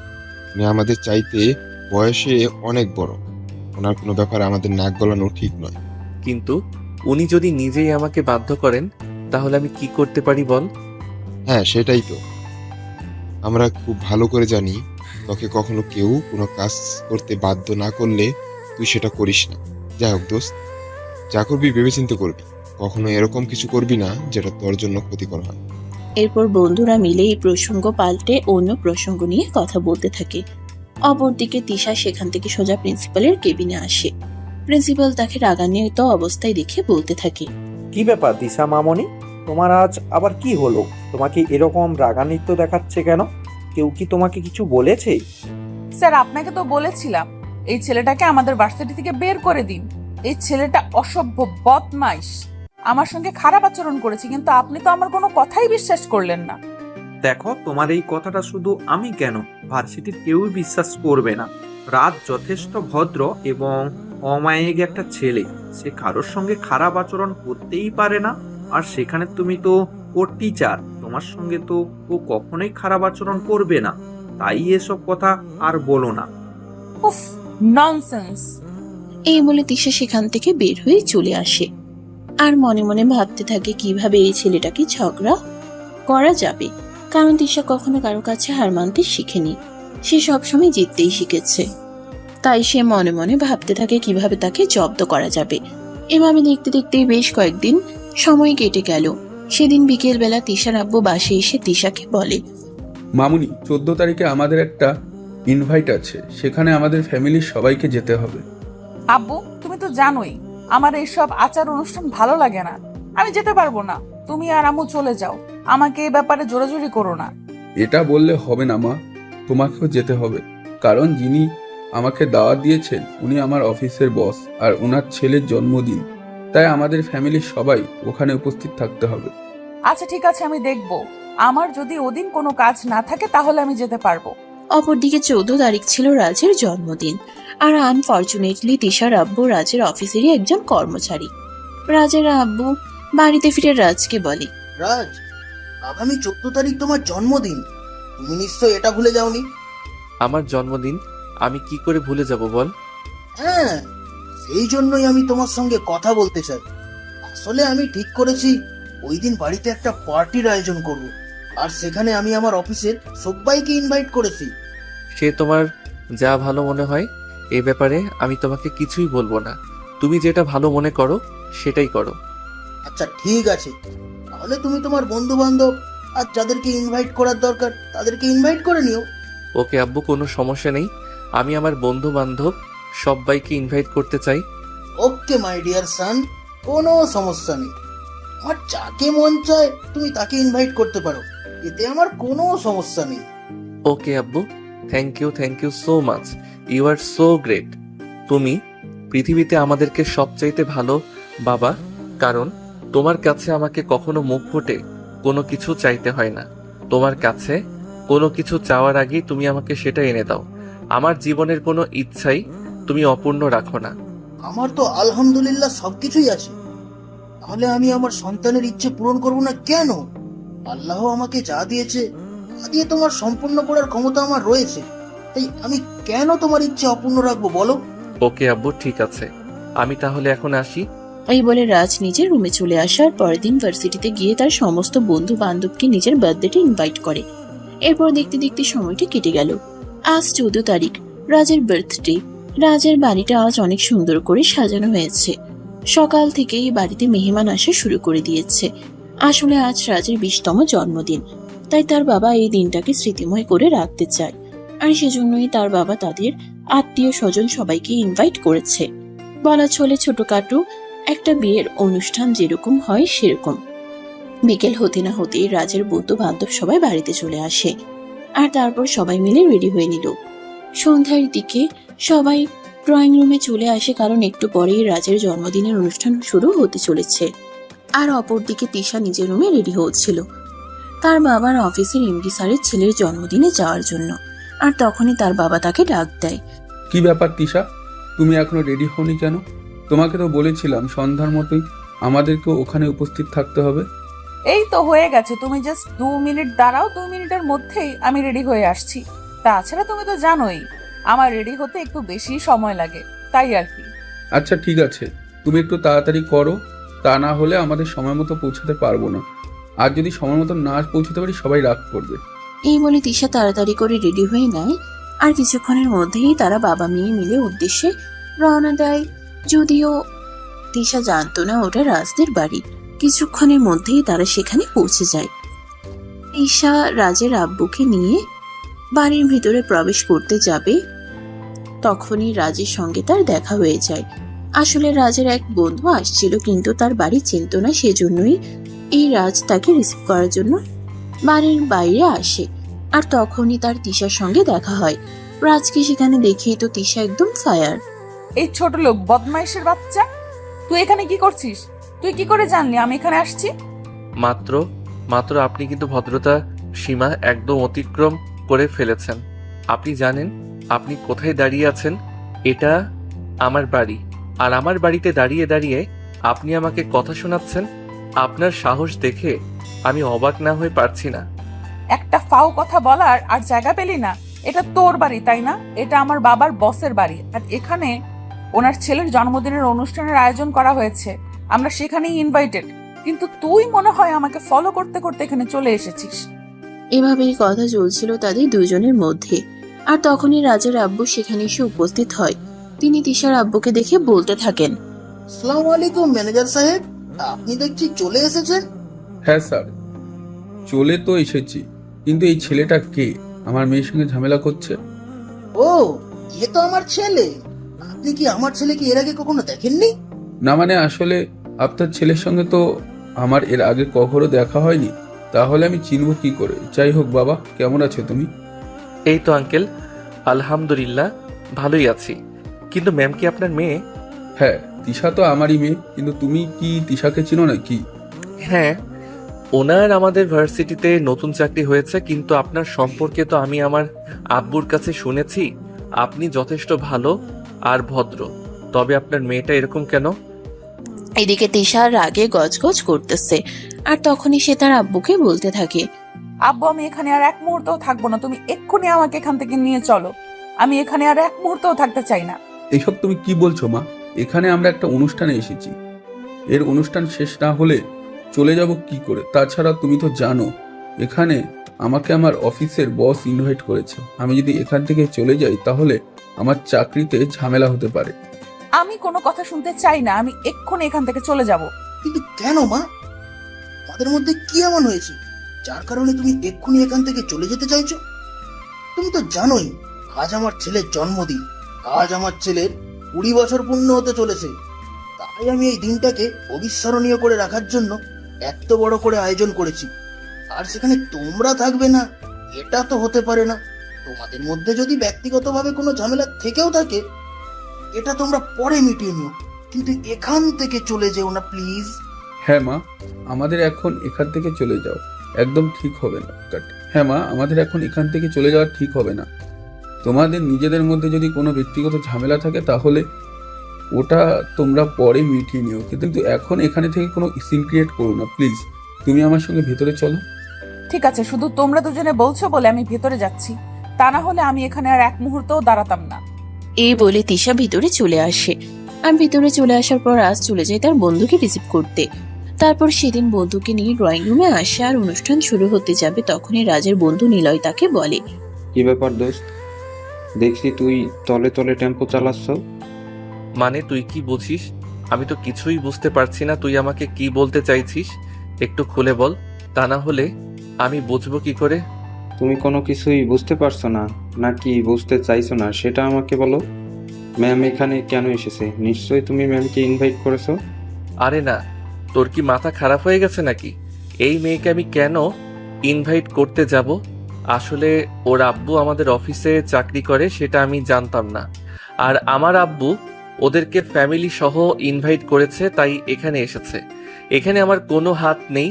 তাছাড়া আমি এই ব্যাপারে কোনো কিছু জানতাম না। আরে ভাই, আমাদের সামনে আর তোকে সাধু সাজতে হবে না। আমরা খুব ভালোভাবেই বুঝতে পেরেছি সব কিছু, তাই আমাদের সামনে সাধু সাজার কোনো প্রয়োজন নেই। দিলীপ মৃত্যুর আমার বন্ধু, আর আমি তোদের কাছে কেন কোনো কিছু লুকাতে যাব? তাছাড়া তুই তো খুব ভালো করে জানিস, প্রেম প্রেম ওইসব কখনো আমার জীবনে আসেনি, আর ভবিষ্যতে আসবে কিনা সেটা কোনো গ্যারান্টি নেই। তাই আমার মনে হয় এসব কথা বলে কোনো লাভ নেই। আচ্ছা বাবা, ঠিক আছে, কোনো সমস্যা নেই। এখন এসব কথা বাদ দাও। কেক কাটার সময় হয়ে গেছে, সবাই অপেক্ষা করছে। এই বলে সবাই মিলে কেক কাটতে চলে আসে। আর কেক কাটা হলে রাজ একে একে সবাইকে কেক খাইয়ে দিচ্ছিল। তখনই তিশার পালা চলে আসে। রাজ যখন তিশার দিকে কেকটা এগিয়ে দিল, তিশা তখনই নিজের মুখটা ঘুরিয়ে নিল। এটা দেখে রাজ বলতে লাগলো, ম্যাম দেখুন, এখানে অনেকেই উপস্থিত আছে। সবার মাঝে এটা প্রকাশ করতে চাইবেন না যে আপনার আমার মধ্যে ঝামেলা আছে। আপনার আর আমার মধ্যে ঝামেলা আছে, যেটা আমাদের ব্যক্তিগত ব্যাপার। এখানে অন্য কেউ ঢুকে পড়ুক, সেটা কিন্তু আমি চাই না। তখন তিশার অনিচ্ছা থাকা সত্ত্বেও তিশা রাজের থেকে কেকটা খেয়ে নেয়। আর কিছুক্ষণ পর সবাই মিলে খাওয়া দাওয়া করে নিল। এদিকে দেখতে দেখতে রাত 10টার মতো বেজে গেল। তিশা আর তার আব্বু বাড়িতে যাওয়ার জন্য রওনা দিল, কিন্তু তারা কোনো গাড়ি পাচ্ছিল না। তখনই রাজ বাইরে আসে, তিশার আব্বুকে দেখে বলতে থাকে, কি ব্যাপার, কি হয়েছে আঙ্কেল? কোনো সমস্যা নাকি? হ্যাঁ বাবা, আসলে আমার বাড়িতে যাওয়ার জন্য কোনো গাড়ি পাচ্ছি না, সেই জন্য এখানে দাঁড়িয়ে আছি। এই ব্যাপার, আচ্ছা ঠিক আছে, কোনো সমস্যা নেই। আপনি একটু ওয়েট করুন, আমি গাড়ি নিয়ে আসছি, আপনাদের বাড়িতে পৌঁছে দেব। না, তার কোনো প্রয়োজন হবে না। প্রয়োজন হলে খেতে খেতে বাসায় চলে যাব, কিন্তু তোমার মতো ছেলের সঙ্গে গাড়িতে করে বাড়িতে যাব না। দেখুন ম্যাম, আমি আপনার ভালোর জন্যই বলছি, আপনাকে বাড়িতে পৌঁছে দিয়ে আসবো। এখন যদি আপনি নিজের ভালোটা বুঝতে না পারেন, তাহলে তো আমার কিছুই করার নেই। রাত 10টার মতো বেঁচে গেছে, আর এদিকে 10টার পর কোনো গাড়ি পাওয়া যায় না। তাই আমার মনে হয় কোনো গাড়ি পাবেন না। যদি ভালো চান তাহলে চলুন, আমি আপনাদেরকে বাড়িতে পৌঁছে দিয়ে আসি। হ্যাঁ মা, রাজা একদম ঠিক কথাই বলেছে। রাত 10টার পর এদিকে কোনো গাড়ি পাওয়া যায় না। তুই আর এরকম করিস না রাজ, আমাদের বাড়িতে পৌঁছিয়ে দিয়ে আসো। তখন আর কোনো কথা বলে না, চুপচাপ দাঁড়িয়ে। এদিকে রাজ গ্যারেজ থেকে নিজের গাড়িটা বের করে, আর তারপর তিশা আর তার আব্বুকে গাড়িতে উঠতে বলে। প্রায় 20 মিনিট পর রাজ তিশা আর তার আব্বুকে তাদের বাড়িতে পৌঁছে দেয়। আর এদিকে তিশা গাড়ি থেকে নামতে যাবে, তখনই রাজ তিশার কানে কানে বলতে থাকে, সত্যি আপনাকে অনেক সুন্দর লাগছিল। যদিও সবার সামনে কথাটা বলতে পারিনি, তাই এখন আপনাকে বললাম। শাড়িতে কিন্তু আপনাকে অসম্ভব সুন্দরী লাগে। তিশা তখন কোনো কথা না বলে মুখটাকে একটা ভিঞ্চি মেরে সেখান থেকে চলে গেল। এদিকে রাজ তাদেরকে বাড়িতে পৌঁছে দিয়ে তারপর গাড়ি নিয়ে বাড়িতে চলে আসে। বাসায় প্রবেশ করা মাত্রই তার আব্বু তাকে জিজ্ঞাসা করলো, কি ব্যাপার বাবা, কোথায় গিয়েছিলে তুমি? তোমাকে তো একটা কাজের জন্য আমি অনেক কথা বলে খুঁজতেছিলাম, কিন্তু কোথাও তোমাকে খুঁজে পাচ্ছিলাম না। আসলে আব্বু, ওইটা ম্যানেজার সাহেব ওনার মেয়েকে নিয়ে আমাদের বাড়িতে দাওয়াতে এসেছিলেন না। ওনারা বাড়িতে যাওয়ার জন্য কোনো গাড়ি পাচ্ছি না, তাই আমি গাড়ি নিয়ে ওনাদেরকে বাড়ি পর্যন্ত পৌঁছে দিয়ে আসলাম। আর সেই জন্যই তুমি হয়তো আমাকে কোথাও খুঁজে পাওনি। তো যাই হোক, বলো কি হয়েছে? না, সেরকম কোনো ব্যাপার না। আসলে আমাকে একটু কালকেই ব্যবসার কাজে ইংল্যান্ডে যেতে হবে। এইমাত্র আমার একটা মেল এসেছে, আর সেখানে আমাকে 1 সপ্তাহের মতো থাকতে হবে। তাই এই কয়দিন তোমাকে একটু অফিসে যেতে হবে বাবা। এসব তুমি কি বলছো? আমি তো আজকে রাখি কখনো অফিসে যাইনি। অফিসের কাজকর্ম তো আমি কিছুই বুঝি না, তাহলে অফিসে গিয়ে আমি করবোটা কি? তাছাড়া আমার তো ভার্সিটি আছে। ভার্সিটিতে কোনো সমস্যা হবে না। আমি তোমার প্রিন্সিপালের সঙ্গে কথা বলে সব ঠিক করে নেব। আর অফিসের সব কাজ ম্যানেজারকে বলে দিব আমাকে বুঝিয়ে দিতে। আচ্ছা ঠিক আছে, আমাকে যদি কাজ বুঝিয়ে দেওয়া হয় তাহলে ইনশাআল্লাহ আমি বুঝে নিতে পারবো, কোনো সমস্যা হবে না। তোমার চিন্তার কোনো কারণ নেই। এই বলে রাজ নিজের রুমে চলে আসলো। আর পরের দিন সকালবেলা তার আব্বু ইংল্যান্ডের উদ্দেশ্যে রওনা দেয়। আর সকাল 10টা থেকে ঘুম থেকে উঠে রাজ অফিসে চলে আসে। এদিকে তিশা সেদিন ভার্সিটিতে এসে রাজকে দেখতে না পেয়ে রাজের বন্ধু নিলয়কে প্রশ্ন করে, কি ব্যাপার, আজ ওই রাম ছাগলটাকে দেখছি না কেন? রাম ছাগলটা কি আজ ভার্সিটিতে আসেনি নাকি? না ম্যাডাম, রাজ আজকে ভার্সিটিতে আসেনি। কেন আসলো না সেটাও তো বুঝতে পারছি না। আমার ফোনের ব্যালেন্স নেই, তাই আমি তাকে ফোন করতেও পারিনি। ও আচ্ছা, ঠিক আছে, না এসেছে ভালোই হয়েছে। এই ছেলেটাকে দেখলে আমার গায়ে ঘিন ঘিন করে। ছেলেটাকে আমার একদমই দেখতে মন চায় না। যাই হোক, তোমরা সবাই ক্লাসে মনোযোগ দাও। এই বলে তিশা ক্লাস পড়াতে লাগলো। আর এদিকে সেদিনকে দিনটা কেটে গেল। তবে সেদিন অন্যরকম কিছু একটা ঘটলো। তিশার বারবার রাজের কথা মনে পড়ছিল। কেন জানি সে না চাইলেও বারবার তার চোখের সামনে রাজের মুখটা ভেসে উঠছিল। বারবার সে রাজকে খুব বেশি মিস করছিল। তবুও ভার্সিটি টাইম শেষ হলে তিশা বাসায় চলে আসে। অপরদিকে অফিসে ছিল আজকে রাজের প্রথম দিন, তাই সে অফিসের কোনো কাজই জানতো না। তবে ম্যানেজার আগে তাকে অনেক সহযোগিতা করেছে, সব কাজ তাকে বুঝিয়ে দিয়েছে, তাই তার কাজ করতে কোনো সমস্যা হয়নি। বিকাল 5টার দিকে অফিস শেষ করে রাজ বাসায় চলে আসে। আর তখনই তার নাম্বারে নিলয়ের নাম্বার থেকে একটা ফোন আসে। সে ফোনটা রিসিভ করতেই অপর প্রান্ত থেকে শুনতে পায়, কি ব্যাপার দোস্ত, কোথায় তুই? সারাদিন তোর কোনো খোঁজ খবর নেই, আর তুই ভার্সিটিতে আসলি না কেন? না মানে আসলে আব্বু আজ সকালেই ইংল্যান্ডে একটা কাজের জন্য চলে গেছে, তাই আমাকে অফিসে যেতে হয়েছে। আর আগামী 1 সপ্তাহ যেতে হবে, তাই আমি আগামী 1 সপ্তাহ ভার্সিটিতে আসতে পারবো না। আর তার জন্য আব্বু প্রিন্সিপাল স্যারের কাছ থেকে বলে ছুটি নিয়েছে। ও আচ্ছা দোস্ত, তোকে একটা কথা বলার আছে। আজ যে তুই ভার্সিটিতে আসিসনি, এটা দেখে তিশা ম্যাম তোর খোঁজ খবর নিছিল। আমি বুঝতে পারছি না তোদের মধ্যে কি চলছে, একটু বলবি আমায়? আরে ভাই, আমার মনে হয় তোর মাথা খারাপ হয়ে গেছে। আমাদের দুজনের মধ্যে কি চলবে, আর যদি কিছু চলতো তাহলে সেটা তুই জানতে পারতিস। আমাদের মধ্যে কিছুই চলছে না রে ভাই। কাল তোর জন্মদিনের পার্টিতে গিয়ে সেখানে ম্যামকে দেখতে পেলাম, আর আজ ম্যাডাম তোর খোঁজ খবর নিছিল। এখন তুই বললেই হলো যে তোদের মধ্যে কিছু চলছে না। দেখ, আমাদের কাছে কোনো কিছু লুকাবি না, আমরা তোর বন্ধু, আমাদের কাছে সব বলে দে প্লিজ। আরে ভাই, যা সত্য তাই বলছি, আমাদের মধ্যে কিছু চলছে না। আর যদি কিছু চলতো তাহলে তুই জানতে পারতি। আর হ্যাঁ, তোকে একটা কথা বলে রাখি, ক্লাসে পড়াগুলো সব নোট করে আমাকে পাঠিয়ে দিবি। আর আমি যে অফিসে যাচ্ছি এটা যেন তুই ছাড়া অন্য কেউ জানতে না পারে। আচ্ছা দোস্ত, ঠিক আছে, তুই কোনো চিন্তা করিস না, কেউ কোনো কিছু জানতে পারবে না। তবে একটা কথা তোকে বলে রাখি, যদি কখনো জানতে পারি ম্যাম আর তোর মধ্যে কিছু চলছে, তাহলে কিন্তু তোর খবর আছে, এটা তোকে বলে দিলাম। এই বলতে বলতে দুজনের কথা বলা শেষ করে ফোন রেখে দেয়। আর এদিকে রাজ প্রথমবার অফিসে গিয়েছে। অফিসের কাজ করতে গিয়ে সে অনেকটাই হাঁপিয়ে গেছে, খুব ক্লান্ত বোধ করছে। তাই বাড়িতে এসেই নিজের রুমে গিয়ে কাপড় চোপড় চেঞ্জ না করেই বিছানায় শুয়ে ঘুমিয়ে পড়ল। তার আম্মু সন্ধ্যায় নাস্তা বানিয়ে তাকে ডাকতে এসে দেখলো সে কাপড় চোপড় চেঞ্জ না করেই বিছানায় শুয়ে ঘুমোচ্ছে। তাই তিনি তাকে ঘুম থেকে ডেকে তুললেন।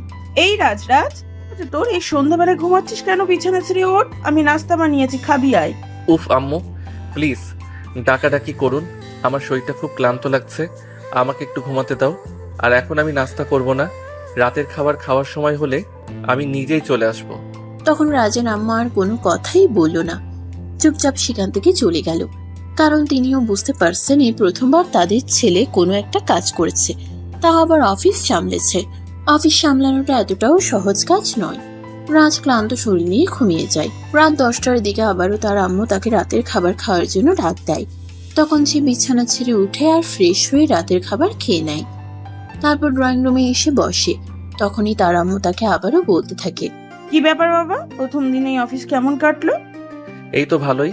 আসলে তুমি তো জানোই আমি কাজের পর্যন্ত জানতাম না, কিন্তু ম্যানেজার সাহেব আমাকে সবকিছু বুঝিয়ে দিয়েছে, তাই আমার সেরকম কোনো ঝামেলা হয়নি। তাহলে কি বাবা, এখন থেকে তুই অফিস সামলাতে পারবি? আরে না, এসব তুমি কি বলছো? আমি নিজেকে একদম এসব ঝামেলায় জড়াতে চাই না। যতদিন আব্বু বেঁচে আছে ততদিন আব্বু সবকিছু সামলাবে, আমি নিজেকে কোনো ঝামেলায় জড়াতে চাই না। এখন তো শুধুমাত্র আব্বু বাড়িতে নেই বলেই আমি অফিসে গিয়েছি, তা না হলে কি আমি কখনো অফিসে যেতাম নাকি? কিন্তু বাবা, সেরকমটা বললে হয় নাকি? তুই আমাদের একমাত্র সন্তান, আমাদের যা কিছু আছে সবকিছুর একমাত্র মালিক হলে তুই এখন যদি তুই নিজের সবকিছু গুছিয়ে না রাখিস, সবকিছুর বোঝার চেষ্টা না করিস, তাহলে কবে কি করবি? আমি তো সেটাই বুঝতে পারি না। আম্মু, তোমাকে তো চিন্তা করতে হবে না, যখন যেটা বোঝার তখন আমি সেটা বুঝে নেব। তবে এখন আমি সেই সবকিছুর মধ্যে নিজেকে জড়াতে চাই না, তাই প্লিজ তোমরা আমাকে জোরাজুরি করো না। আমাকে আমার মতো থাকতে দাও। এরপর রাজের আম্মু এই বিষয়ে আর কোনো কথা বাড়ালো না। তারা দুজনে মিলে তারপর অন্য একটি প্রসঙ্গ নিয়ে বেশ কিছুক্ষণ গল্পগুজব করলো। আর রাত 11:30টার দিকে নিজেদের রুমে গিয়ে ঘুমিয়ে পড়লো। পরের দিন যথারীতি সকাল 8টার দিকে রাজ ঘুম থেকে ওঠে আর তাড়াতাড়ি ফ্রেশ হয়ে নেয় অফিসে যাওয়ার জন্য। আর তারপর নাস্তা করে অফিসে চলে যায়। এভাবেই চলছিল তার দিনগুলো। অপরদিকে তিশা ভার্সিটিতে এসে রাজকে দেখতে না পেয়ে তার খুব খারাপ লাগতো। সে বারবার রাজের সঙ্গে যোগাযোগ করার চেষ্টা করতে থাকে, কিন্তু কোনোভাবেই পেরে ওঠে না। সেদিন ক্লাসে তিশা নিলয়কে বলে, নিলয়, তুমি একবার আমার সঙ্গে আমার কেবিনে এসো তো, তোমার সঙ্গে আমার একটু কথা আছে। নিলয় তখন কোনো কথা না বলে তিশার পিছন পিছন তার কেবিনে চলে আসে। আর তখন তিশা নিলয়কে বলতে থাকে, নিলয়, তুমি আমাকে একটা সত্যি কথা বলবে? হ্যাঁ ম্যাডাম, অবশ্যই। আমি কেন আপনাকে সত্য কথা বলবো না? আপনি আমার ম্যাম, আপনি আমার ম্যাডাম। আপনার সঙ্গে সত্য কথা বলাটা আমার কর্তব্য। আচ্ছা, তাহলে তুমি আমাকে বলো তো, রাজ কোথায় আছে? আই এম সরি ম্যাডাম, আমি জানি না এ ব্যাপারে কোনো কিছু। দেখো, আমার সঙ্গে একদম মিথ্যা কথা বলার চেষ্টা করবে না। আমি খুব ভালো করে জানি তুমি জানো রাজ কোথায় আছে, কিন্তু তুমি আমাকে এটা বলছো না। তুমি প্লিজ আমাকে এটা বলো, রাজ কোথায় আছে? সে তোমার বেস্ট ফ্রেন্ড, পৃথিবীর কেউ তার খোঁজ না জানলেও তুমি খুব ভালো করেই জানো।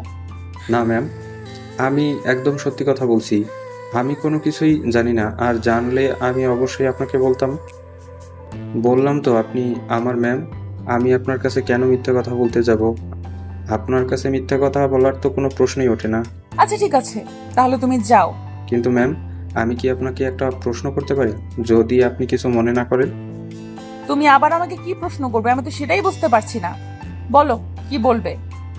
না মানে আসলে ম্যাডাম, আপনি তো রাজকে সহ্য করতে পারেন না। আপনি তো সব সময় তাকে মেজাজ দেখান, এমনকি ভার্সিটি থেকে বের করে দেওয়ার হুমকিও দিয়েছেন। কিন্তু আজ এই কয়েকদিন ধরে ভার্সিটিতে না আসায় আপনি তার ব্যাপারে এত খোঁজ খবর কেন নিচ্ছেন? আমার মনে হয় তুমি তোমার সীমা অতিক্রম করে ফেলেছো। তুমি আমার ছাত্র, সেটা তুমি ভুলে গেছো। তাই আমি তোমাকে বলছি, তুমি তোমার সীমার মধ্যে থাকো, সীমা অতিক্রম করার চেষ্টা করো না। হ্যাঁ ম্যাডাম, সেটা তো অবশ্যই।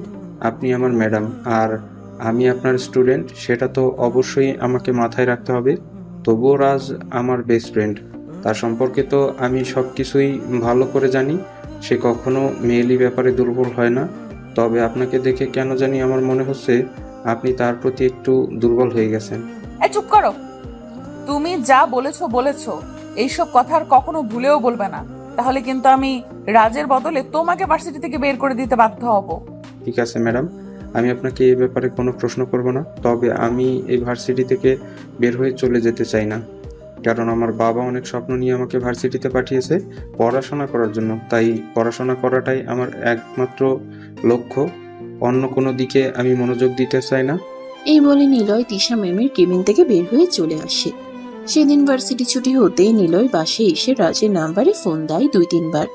ফোন হওয়ার পর রাজ ফোনটা রিসিভ করে আর বলতে থাকে, কি ব্যাপার দোস্ত, তুই হঠাৎ এই অসময়ে ফোন দিচ্ছিস কেন?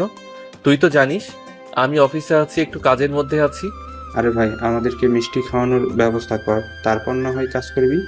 মানে এসব তুই কি বলছিস? আমি কেন তোকে মিষ্টি খাওয়াতে যাব? তাছাড়া কি এমন হয়েছে যার জন্য তোকে আমার মিষ্টি খাওয়াতে হবে?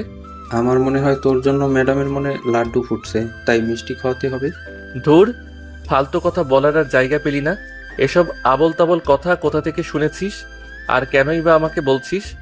আরে না ভাই, আমি একদম আবল তাবল কথা বলছি না, যা সত্য তাই বলছি, একদম সত্য কথা বলছি। আমার মনে হয় ম্যাম তোর প্রেমে পড়েছে। দেখ, একটাও বাজে কথা বললে কিন্তু আমি তোর সঙ্গে আর কোনো কথাই বলবো না। আমি ভুলে যাব তুই আমার বেস্ট ফ্রেন্ড। হ্যাঁ, আমি খুব ভালো করেই জানি তুই আমার বেস্ট ফ্রেন্ড, আর সেজন্যই বলছি, আমি যা বলছি একদম সত্য কথা বলছি, আমি কোনো মিথ্যা কথা বলছি না। আমার সত্যি মনে হচ্ছে ম্যাম তোর প্রেমে পড়েছে। আমার মনে হয় তুই একটু মেয়াদ উত্তীর্ণ গাঁজা খেয়েছিস, আর সেই জন্য এরকম বলছিস। ম্যাম বন্ধু কি আমার প্রেমে পড়তে যাবে? ম্যামের আচার আচরণ দেখে আমার এরকমটাই মনে হচ্ছে, তাই আমি তোকে বলছি। কারণ আমি প্রতিদিনই ভার্সিটিতে যাওয়ার পর ম্যাম আমাকে নিজের কাছে ডেকে নিয়ে প্রশ্ন করে। আরে ভাই, কেউ কারোর ব্যাপারে কোনো কিছু জিজ্ঞাসা করতেই পারে, তার মানে এই নয় যে সে আমার প্রেমে পড়েছে, বুঝতে পেরেছিস? এসব ফালতু কথা বন্ধ কর। এখন আমি অফিসে আছি, অফিসের কাজ করতে দেওয়ার। আগামীকাল শুক্রবার, আগামীকাল আমার বাসায় চলে আসিস, তোর সঙ্গে আড্ডা দেব। এরপর নিলয়কে আর কোনো কথা বলার সুযোগ না দিয়ে রাজ ফোনটা কেটে দেয় আর অফিসে কাজ করতে থাকে। পরের দিন বিকালবেলা নিলয় যথাসময়ে রাজের বাড়িতে চলে আসে। রাজ আর নিলয় দুজনে রাতে রুমে বসে গল্প করছিল। তখনই হঠাৎ কলিং বেলের আওয়াজ শোনা গেল। রাজের আম্মু দরজা খুলে দিল আর দরজা খুলে তিনি তিশাকে দেখতে পেয়ে বললেন, আমি যদি ভুল না করে থাকি তাহলে তুমি আমাদের ম্যানেজারের মেয়ে দিশা না? আন্টি, আপনি একদম ঠিক ধরতে পেরেছেন। তবে আমার আরো একটা পরিচয় আছে। আপনি কিন্তু জানেন না যে আমি আপনার ছেলের ম্যাম হই। ও আচ্ছা, এই ব্যাপার। তাহলে তো খুব ভালোই হলো। তাই তো ফোনের ভিতরে আসো। এই বলে রাজের আম্মু তিশাকে নিয়ে বাড়ির ভেতরে চলে আসলো আর তিশাকে ড্রয়িং রুমে বসতে দিল। তখনই তিশা রাজের আম্মুর কাছে জিজ্ঞাসা করলো, আন্টি, আমি আসলে একটা দরকারে এসেছি। রাজ কয়দিন ধরে ভার্সিটিতে যাচ্ছে না কেন? তার কি কোনো প্রবলেম হয়েছে নাকি? আমি তো তার বন্ধুর সাথে জিজ্ঞাসা করেছিলাম, সে তো বললো কোনো কিছুই জানে না। আসলে মা, তোমার আঙ্কেল কয়দিন ধরে বাসায় নেই। উনি অফিসে একটা কাজের জন্য ইংল্যান্ড গেছে, আর সেই জন্য রাজকে অফিস সামলাতে হচ্ছে। সেই জন্য সে অফিসে যেতে পারছে না। ও আচ্ছা, এই ব্যাপার। যাই হোক আন্টি, রাজ এখন কোথায় আছে? আমি একটু তার সঙ্গে দেখা করতে চাই। তার সঙ্গে আমার একটু জরুরি দরকার আছে। আপনি কি প্লিজ তার সঙ্গে আমাকে একটু দেখা করিয়ে দিতে পারবেন? হ্যাঁ অবশ্য, কেন নয়। তুমি উপরে গিয়ে ডান দিকে 2 নম্বর রুমটায় চলে যাও। সেখানেই রাজ তার বন্ধুদের সঙ্গে বসে বসে আড্ডা দিচ্ছে। তুমি রাজকে সেখানেই পেয়ে যাবে। তিশা তখন আর কোনো কথা না বলে সেখান থেকে সোজা উপরে চলে আসে আর রুমে এসে দেখতে পায় রাজ আর নিলয় দুজনে একসঙ্গে বসে আড্ডা দিচ্ছে। সে রাজকে নিজের চোখের সামনে দেখতে পেয়ে আর কোনোভাবে নিজেকে কন্ট্রোল করতে পারছিল না। তাই সে দূরে গিয়ে রাজকে জড়িয়ে ধরে বলতে লাগলো, তুমি এতদিন আমার সঙ্গে কোনো যোগাযোগ করনি কেন? জানো, তোমাকে দেখতে না পেয়ে আমার কতটা কষ্ট হচ্ছিল। আমি তো ভেবেছিলাম হয়তো তোমার কিছু হয়ে গেছে। তোমাদের বাড়িতে আসারও সাহস পাচ্ছিলাম না, তাই তোমার কোনো খোঁজও নিতে পারছিলাম না। তিশার এমন কর্মকাণ্ড দেখে রাজ আর নিলয় দুজনেই হতবাক হয়ে যায়। তারা কেউ বুঝতে পারছে না কি হচ্ছে এখানে এসব।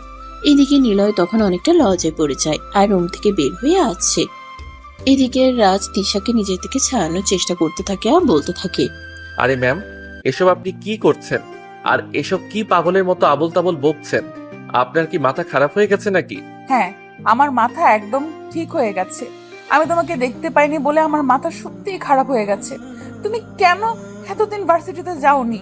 আর তুমি অফিসে গেছো সেটা আমাকে বলে যাওনি কেন? আরে ম্যাডাম, আমার বাবার অফিস আমি চাইলে যে কোনো সময় যেতেই পারি। এতে আপনার কাছে বলে যাওয়ার কি আছে? আর আপনি আমাকে এভাবে জড়িয়ে ধরে আছেন কেন? প্লিজ আমাকে ছাড়ুন। আম্মু বাড়িতে আছে, দেখে ফেলতে পারে। আম্মু আমায় ভুল বুঝবে। প্লিজ ছেড়ে দিন আমায়। না, আমি তোমাকে একটুও ছাড়বো না। তোমাকে ছাড়া আমার কতটা কষ্ট হয়েছে জানো? আমি প্রতিটা মুহূর্ত তোমাকে কতটা মিস করছিলাম। তোমাকে দেখতে না পেয়ে আমি তো পাগল প্রায় হয়ে যাচ্ছিলাম।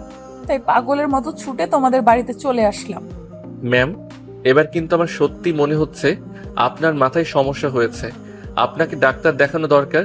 প্লিজ আপনি আমাকে ছাড়ুন। আপনি হয়তো ভুলে যাচ্ছেন আপনি আমার ম্যাম আর আমি আপনার স্টুডেন্ট। এভাবে আমাকে জড়িয়ে ধরাটা আপনার একদমই ঠিক হচ্ছে না। কেন? আমি তোমার ম্যাম বলে কি তোমায় ভালোবাসতে পারি না? এটা কি কোনো হাদিসে লেখা আছে নাকি? বিশ্বাস করো, আজ আমি তোমাকে ভালোবেসে ফেলেছি। আমি তোমার প্রেমে পড়ে গেছি। আমি নিজেকে তোমায় বিহীন করতে পারছি না। এই বলে তিশা রাজকে আরো শক্ত করে জড়িয়ে ধরে আর কান্না করতে থাকে। এদিকে রাজ কি করবে কিছুই বুঝতে পারছে না। তিশার এমন কর্মকাণ্ডে সে একদম বাকরুদ্ধ হয়ে গেছে। তারপরও সে তিশাকে নিজের থেকে ছাড়ানোর চেষ্টা করতে থাকে। 2 মিনিট পর সে তিশাকে কোনো রকমে নিজের থেকে ছাড়িয়ে নেয় আর দূরে গিয়ে দাঁড়ায়। ম্যাম, এবার আপনি একটু ঠান্ডা হয়ে বসুন আর তারপর আমাকে বলুন তো আপনার কি হয়েছে। আমি তোমায় ভালোবেসে ফেলেছি। এসব পাগলামো বন্ধ করুন আর কাজের কথা বলুন। আপনি এখানে কেন এসেছেন? আমি একদম পাগলামো করছি না। আমি সত্যিই তোমায় ভালোবেসে ফেলেছি। জানি না কিভাবে আমি তোমার প্রেমে পড়ে গেলাম আর তোমায় এতটা ভালোবেসে ফেললাম। তোমাকে ছাড়া আমি আমার জীবনটা কল্পনাও করতে পারছি না। প্লিজ তুমি আমার ভালোবাসা একসেপ্ট করো। আমাকে অবহেলা করো না। আমি তোমার ছাড়া থাকতে পারছি না। খুব কষ্ট হচ্ছে আমার। এদিকে এইসব কথাবার্তা রুমের বাইরে দাঁড়িয়ে দাঁড়িয়ে নিলয় শুনছিল। আর এদিকে রাজ তখনই নিলয়কে রুমে ডেকে নিয়ে বলতে লাগে, ভাই শোন, টাকা যা লাগে সব আমি দিচ্ছি, টাকা নিয়ে তুই কোনো চিন্তা করিস না, কিন্তু তুই ম্যামকে এক্ষুনি আমাদের বাড়ি থেকে নিয়ে যা এবং কোনো সাইকোলজিস্ট দেখানোর ব্যবস্থা কর। আমি কেন ম্যামকে এখানে নিয়ে যাব? আমি তো তোকে আগেই বলেছিলাম ম্যাম মনে হয় তোর প্রেমে পড়ে গেছে, কিন্তু তুই তো আমার কোনো কথাই শুনছিলি না, এমনকি আমার কথাকে কোনো পাত্তাও দিছিলি না। যাই হোক ভাই, আমি সবশেষ থেকে একটা কথা বলবো, তোদের ব্যক্তিগত ব্যাপারে আমি কোনো কথা বলতে চাই না। এটা তোদের দুজনের ব্যক্তিগত ব্যাপার, কি করবি তোরা দুজনেই করবি। তোদের দুজনের ব্যক্তিগত ব্যাপারে আমি ঢুকতে চাই না। হ্যাঁ নিলয়, তুমি একদম ঠিক কথাই বলেছ। কারোর ব্যক্তিগত ব্যাপারে কোনো কথা বলতে নেই। তুমি এখান থেকে চলে যাও, এটা আমাদের দুইজনের ব্যাপার, আমরা দুজনেই সামলে নেব। নিলয় তখন কোনো কথা না বলে চুপচাপ রাজের রুম থেকে বের হয়ে নিজের বাড়িতে চলে যায়। আর এদিকে রাজ তখন মাথায় হাত দিয়ে বসে পড়ে। এসব সে কি শুনছে? সে তো বিশ্বাসই করতে পারছে না। অবশেষে কিনা ম্যাম তার প্রেমে পড়ে গেল। কি হলো, তুমি এইভাবে চুপচাপ বসে আছো কেন? আমি তোমাকে কিছু বলছি, তুমি আমার কথার কোনো উত্তর কেন দিচ্ছ না? ম্যাম প্লিজ, আমি আপনাকে রিকোয়েস্ট করে বলছি, আপনি এখান থেকে চলে যান দয়া করে। এখানে কোনো ঝামেলা করবেন না। এটা আমার বাড়ি, আর আব্বু আম্মু আমাকে খুব ভালো করে চেনে। তারা খুব ভালো করে জেনে আমি কখনোই খারাপ কোনো কাজ করি না। আমি কি তোমাকে একটা বারও বলেছি তুমি কোনো খারাপ কাজ করেছো? আমি তো তোমাকে একটা বারও বলিনি যে তুমি কোনো খারাপ কাজ করেছো। আমি তো শুধু তোমাকে এটাই বলেছি যে আমি তোমার প্রেমে পড়ে গেছি, আমি তোমাকে ভালোবাসি, আর সবশেষে আমি নিজেকে তোমার ভালোবাসার বন্ধনে আবদ্ধ করে রাখতে চাই। তাহলে এখানে তুমি খারাপ কথা বা খারাপ কাজ কোথা থেকে পাচ্ছ? ম্যাম আপনি সত্যি অন্ধ হয়ে গেছেন। আমি বুঝতে পারছি না আপনি এই কথাগুলো কি করে বলছেন। আমি আপনার ছাত্র হই, সেটা আপনি ভুলেই বা যাচ্ছেন কি করে? কেউ কতটা মেন্টাল হলে নিজের ছাত্রকে এসব কথা বলতে পারে সেটা সত্যি আমার জানা নেই। আমি এক্ষুনি আপনার আব্বুকে ফোন দিচ্ছি। এই বলে সঙ্গে সঙ্গে রাজ তার নিজের মোবাইলটা বের করে তিশার আব্বুকে ফোন দেয় আর বলে, আঙ্কেল আপনি এখানে প্লিজ একবার আমাদের বাড়িতে আসেন, আপনার সঙ্গে খুব জরুরি একটা দরকার আছে, আপনাকে এক্ষুনি আসতে হবে। কিন্তু বাবা, কি হয়েছে সেটা তো তুমি আমাকে বলো। এভাবে হুটহাট করে তুমি আমাকে এত জরুরি তলব কেন দিচ্ছ? আঙ্কেল আপনি আগে আমাদের বাড়িতে আসেন, তারপর আপনাকে সবকিছু খুলে বলছি। কিন্তু এখন আপনাকে কোনো কিছুই বলা যাবে না, আর ফোনে বললেও আপনি বুঝতে পারবেন না। তাই দেরি না করে আপনি তাড়াতাড়ি চলে আসুন। আচ্ছা বাবা, ঠিক আছে, কোনো সমস্যা নেই, আমি এক্ষুনি চলে আসছি। এই বলে তিশার আব্বু ফোনটা কেটে দেয় আর রাজ ফোনটা রেখে বিছানায় বসে পড়ে। তখনই তিশা বলতে থাকে, দেখো, আমার মনে হয় আব্বুকে ফোন দিয়ে কথা বলে কোনো লাভ হবে না, কারণ আব্বু খুব ভালো করে জানে আমি কতটা জেদি আর একগুঁয়ে। আমি যখন কোনো কিছু করব বলে চিন্তা ভাবনা করি, যতক্ষণ না সেটা না করতে পারি ততক্ষণ আমার শরীরে কোনো শান্তি লাগে না। আর এখন যখন প্রেম ভালোবাসার মতো বিষয়গুলোতে নিজেকে ইনভলভ করে ফেলেছি, তখন তো মনে হয় আমি কোনোভাবেই নিজেকে সেখান থেকে সরিয়ে আনতে পারবো না। তাই তুমি যাই কিছু করো না কেন, তাতে আমার মনে হয় কোনো লাভ হবে না। তখনই তিশার কথায় রাজ কোনো উত্তর দিল না। সে চুপচাপ বসে রইল। তিশার আব্বুর অপেক্ষা করতে লাগলো। প্রায় আধা ঘন্টা পর তার আব্বু সেখানে এসে উপস্থিত হয় আর রাজকে দেখে তিনি বলতেই থাকেন, কি ব্যাপার বাবা, কি হয়েছে? তুমি এভাবে তাড়াহুড়ো করে আমাকে তোমাদের বাড়িতে ডাকলে কেন? আঙ্কেল এই যে দেখুন, আপনার মেয়ে আমার বাড়িতে আসে, কেন এসেছে সেটা আপনি তার কাছে জিজ্ঞাসা করুন, আর এই জন্যই আমি আপনাকে ডেকে পাঠিয়েছি। কি ব্যাপার তৃষা, তুমি এখানে কেন? আমার জানা মতে তোমার তো এখানে কোনো দরকার নেই, তাহলে কেন এসেছো? আব্বু আমি রাজকে ভালোবাসি, আর আমার ভালোবাসার কথা বলতে এখানে এসেছি। তোমার কি সত্যি সত্যি মাথা খারাপ হয়ে গেছে নাকি? তুমি জানো তুমি কি বলছো এসব উল্টোপাল্টা কথা? তুমি কেন বলছো বলো তো আমায়? আব্বু আমার মাথা সম্পূর্ণ ঠিক আছে, আমি কোনো উল্টাপাল্টা কথা বলছি না, আমি যা বলছি একদম সত্যি কথা। আমি রাজকে ভালোবেসে ফেলেছি, তাকে ছাড়া আমি বেঁচে থাকতে পারবো না। দেখো তো, সব পাগলামির একটা লিমিট আছে। কোথায় আমরা আর কোথায় রাজ সেটা তুমি জানো? জানি না, আর জানার কোনো প্রয়োজন নেই। রাজ একজন মানুষ আর আমরাও মানুষ, তাহলে আমাদের মধ্যে কেন কোনো পার্থক্য থাকতে যাবে? তৃষা প্লিজ, তুমি এসব উল্টোপাল্টা কথা বলা বন্ধ করো, আর তুমি আমার সঙ্গে বাসায় চলো। হ্যাঁ আমি অবশ্যই বাসায় যাব। আমি এই বাসায় থাকার জন্য এক্ষুনি চলে আসিনি, তবে রাজের মুখ থেকে ভালোবাসার কথা শুনে তারপরে যাব। রাজ যখন আমাকে ভালোবাসার কথা বলবে আমি তখনই চলে যাব, কিন্তু যতক্ষণ বলবে না ততক্ষণ আমি এখানেই থাকবো। এভাবেই তাদের মধ্যে কথা কাটাকাটি চলতে থাকে। আর তখনই তাদের কথা কাটাকাটির আওয়াজ শুনে রাজের আম্মু সেখানে আসে আর তাদের সবাইকে উদ্দেশ্য করে বলে, কি ব্যাপার, কি হয়েছে তোমাদের মধ্যে? এখানে এরকম চিৎকার চেঁচামেচি আওয়াজ শোনা যাচ্ছে কেন? তোমাদের মধ্যে কি ঝামেলা হচ্ছে নাকি? না আন্টি, কোনো ঝামেলা হয়নি। আসলে আমি আপনার ছেলেকে ভালোবেসে ফেলেছি, আর আমার ভালোবাসার কথা বলার জন্যই আপনার ছেলের কাছে এসেছিলাম। আর তখনই আপনার ছেলে আমার বাবাকে ডেকে এনেছে এটা প্রমাণিত করার জন্য আমি নাকি পাগল হয়ে গেছি। মাশাআল্লাহ, আলহামদুলিল্লাহ, তুমি আমার ছেলেকে পছন্দ করে দাও, ভালোবেসে ফেলেছো, এটা তো আমাদের সৌভাগ্যের কথা। তাহলে এখানে ঝামেলা হবার কি আছে? আম্মু, এসব তুমি কি বলছো? তোমারও কি এই মেয়েটার সঙ্গে সঙ্গে মাথা খারাপ হয়ে গেছে নাকি, যে পাগলের মতো কথা বলছো? আমার মাথা খারাপ হতে যাবে কেন? আমি যা বলছি একদম সত্যি বলছি। আর সত্য কথা এটাই যে তিশা যদি তোকে বিয়ে করে তাহলে আমি সবচাইতে বেশি খুশি হব, কারণ আমার মনে হয় তুই একবারও তিশার দিকে ভালো করে তাকাসনি।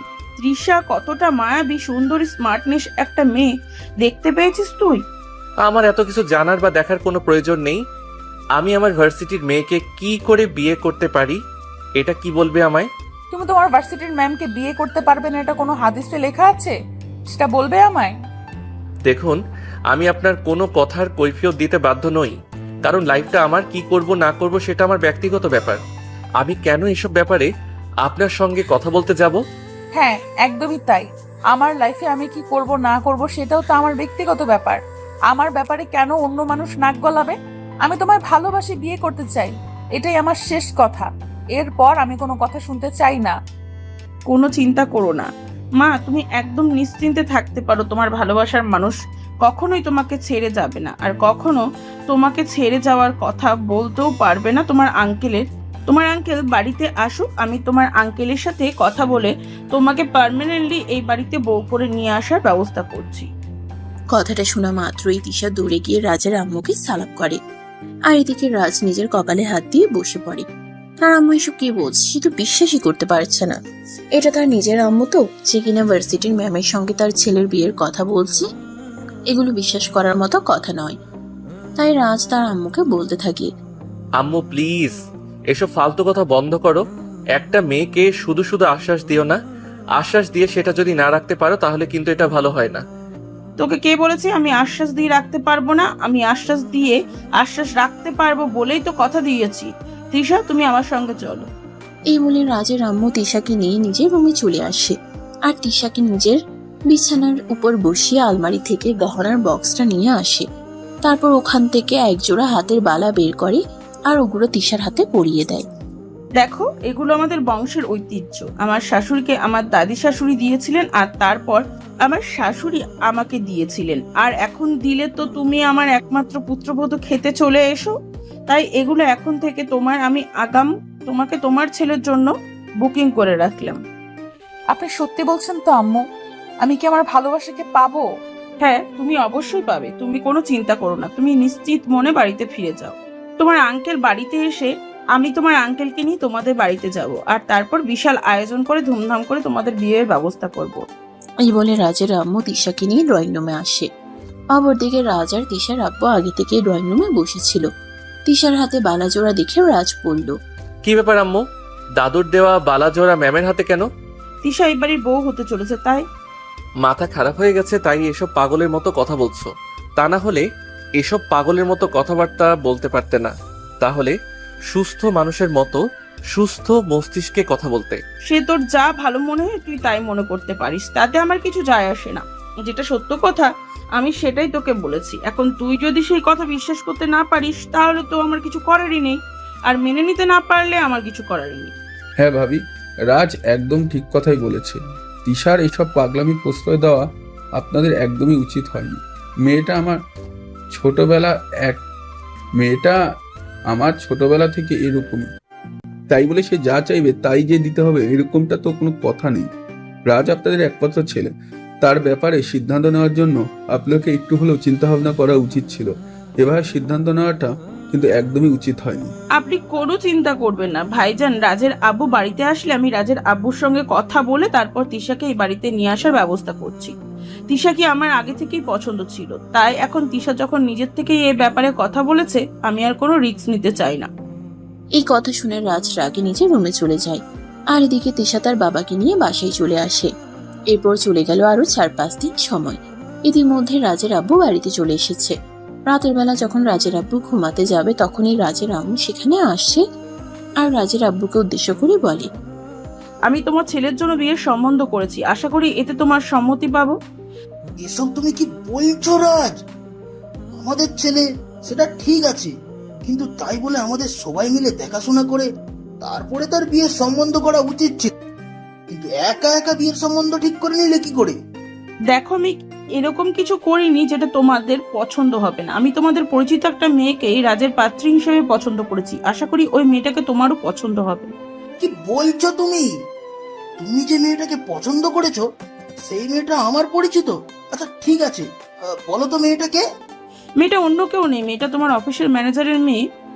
মেয়েটাকে আমি প্রথম দেখেছিলাম সেদিনই আমার পছন্দ হয়েছিল, কিন্তু কোনো কথা বলতে পারিনি। এখন দেখলাম মেয়েটা নিজেই তোমার ছেলেকে পছন্দ করে, তাই আমি মেয়েটাকে কথা দিয়েছি তাকে এবারই বউ বানিয়ে আনবে। এবার তুমি আমাকে এটা বলো যে এই বিয়ের ব্যাপারে তোমার কি মতামত?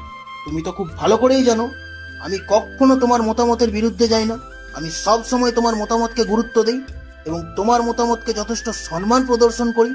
তাই তুমি যেটা ভালো মনে করো সেটাই করো, এ ব্যাপারে আমি তোমাকে কিছুই বলবো না। আচ্ছা ঠিক আছে, কোনো সমস্যা নেই। তাহলে একটা কাজ করো, তুমি কালকেই একবার আমার সঙ্গে তিশাদের বাড়িতে চলো। আমরা তার আব্বুর সঙ্গে বসে সরাসরি কথা বলতে চাই।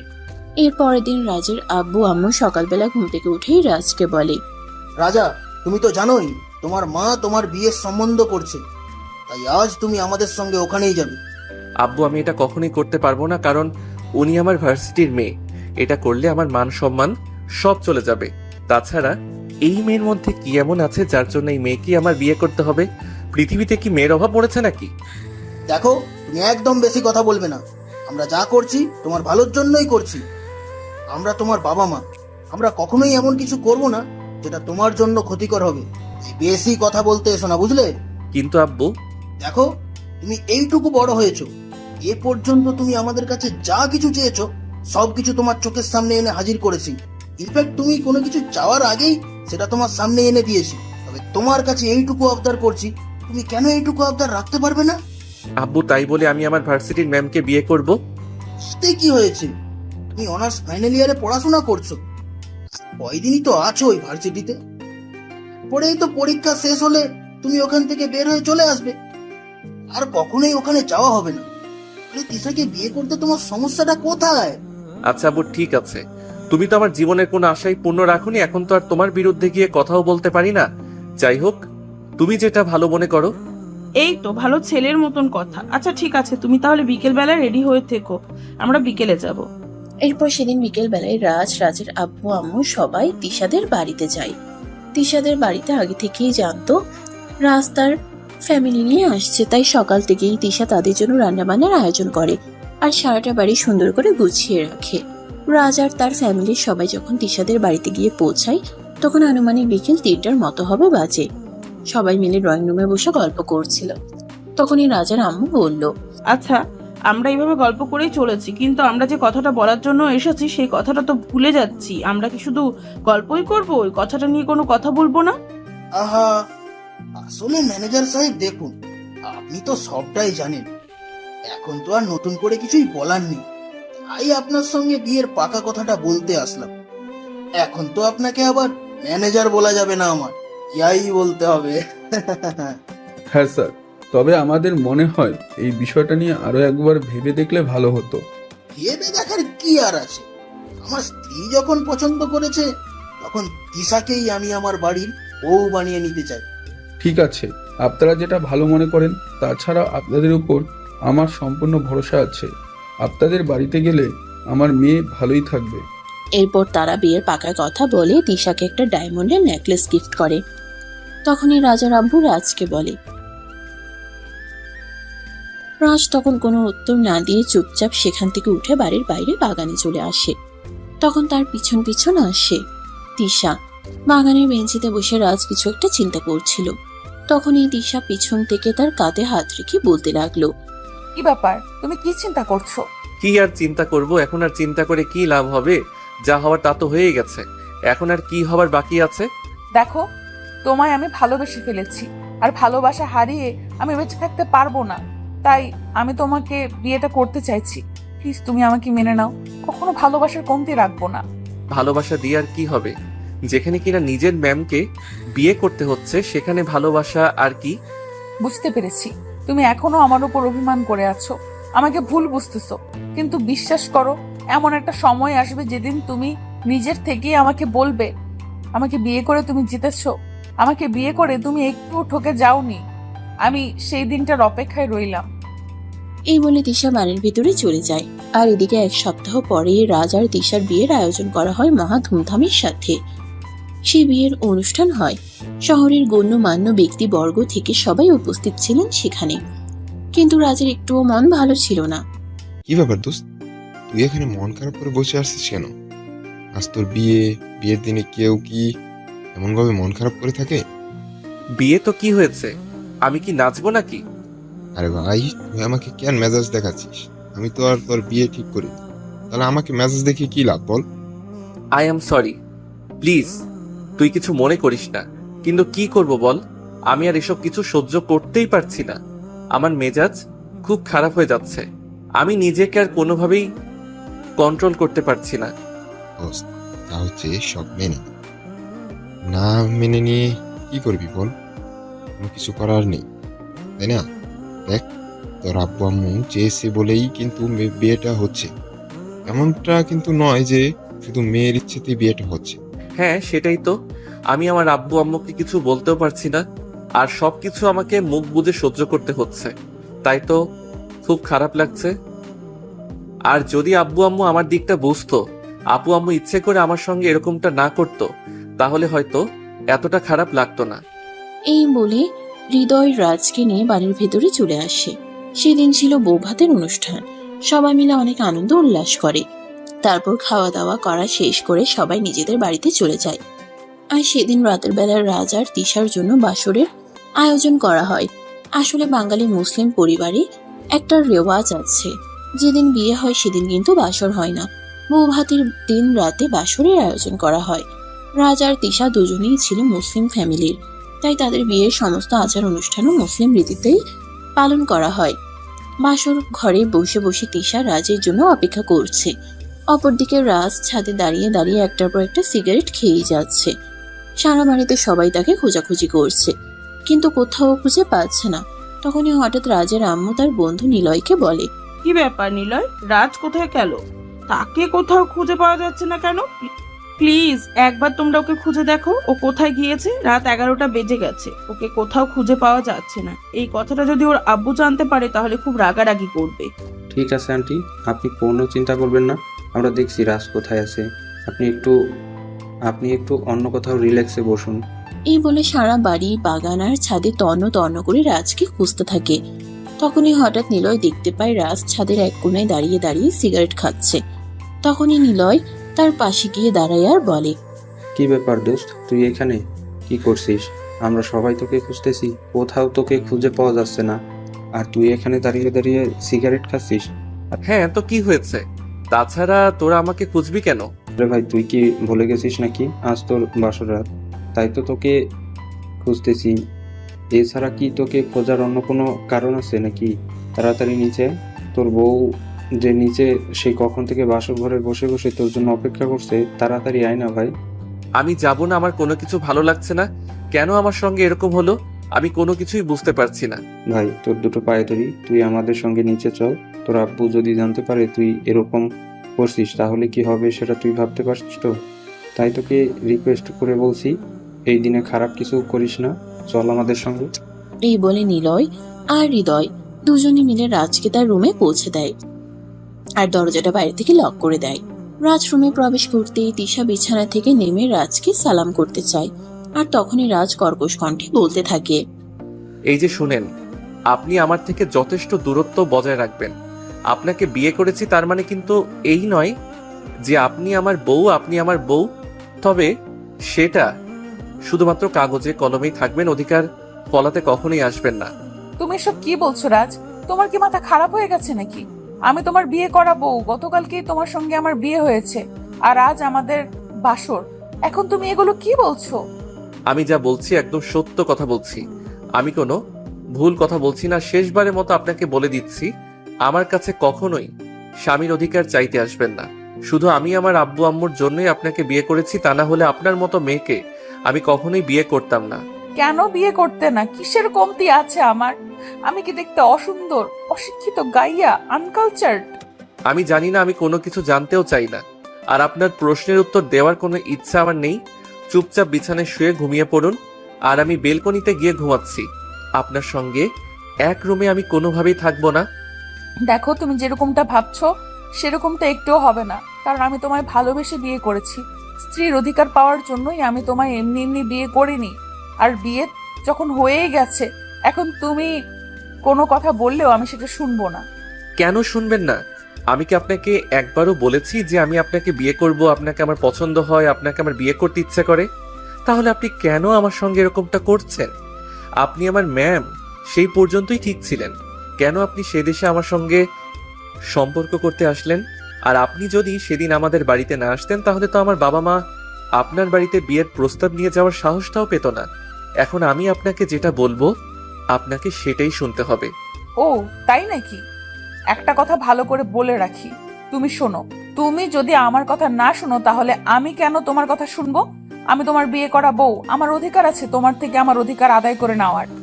এই যে শোনেন, আপনার সঙ্গে ফালতু কথা বলার কোনো ইচ্ছা আমার নেই। আমার প্রচন্ড ঘুম পেয়েছে। তাছাড়া এই কয়দিনে আমার উপর প্রচন্ড ধকল গেছে, তাই আমাকে ঘুমাতে হবে।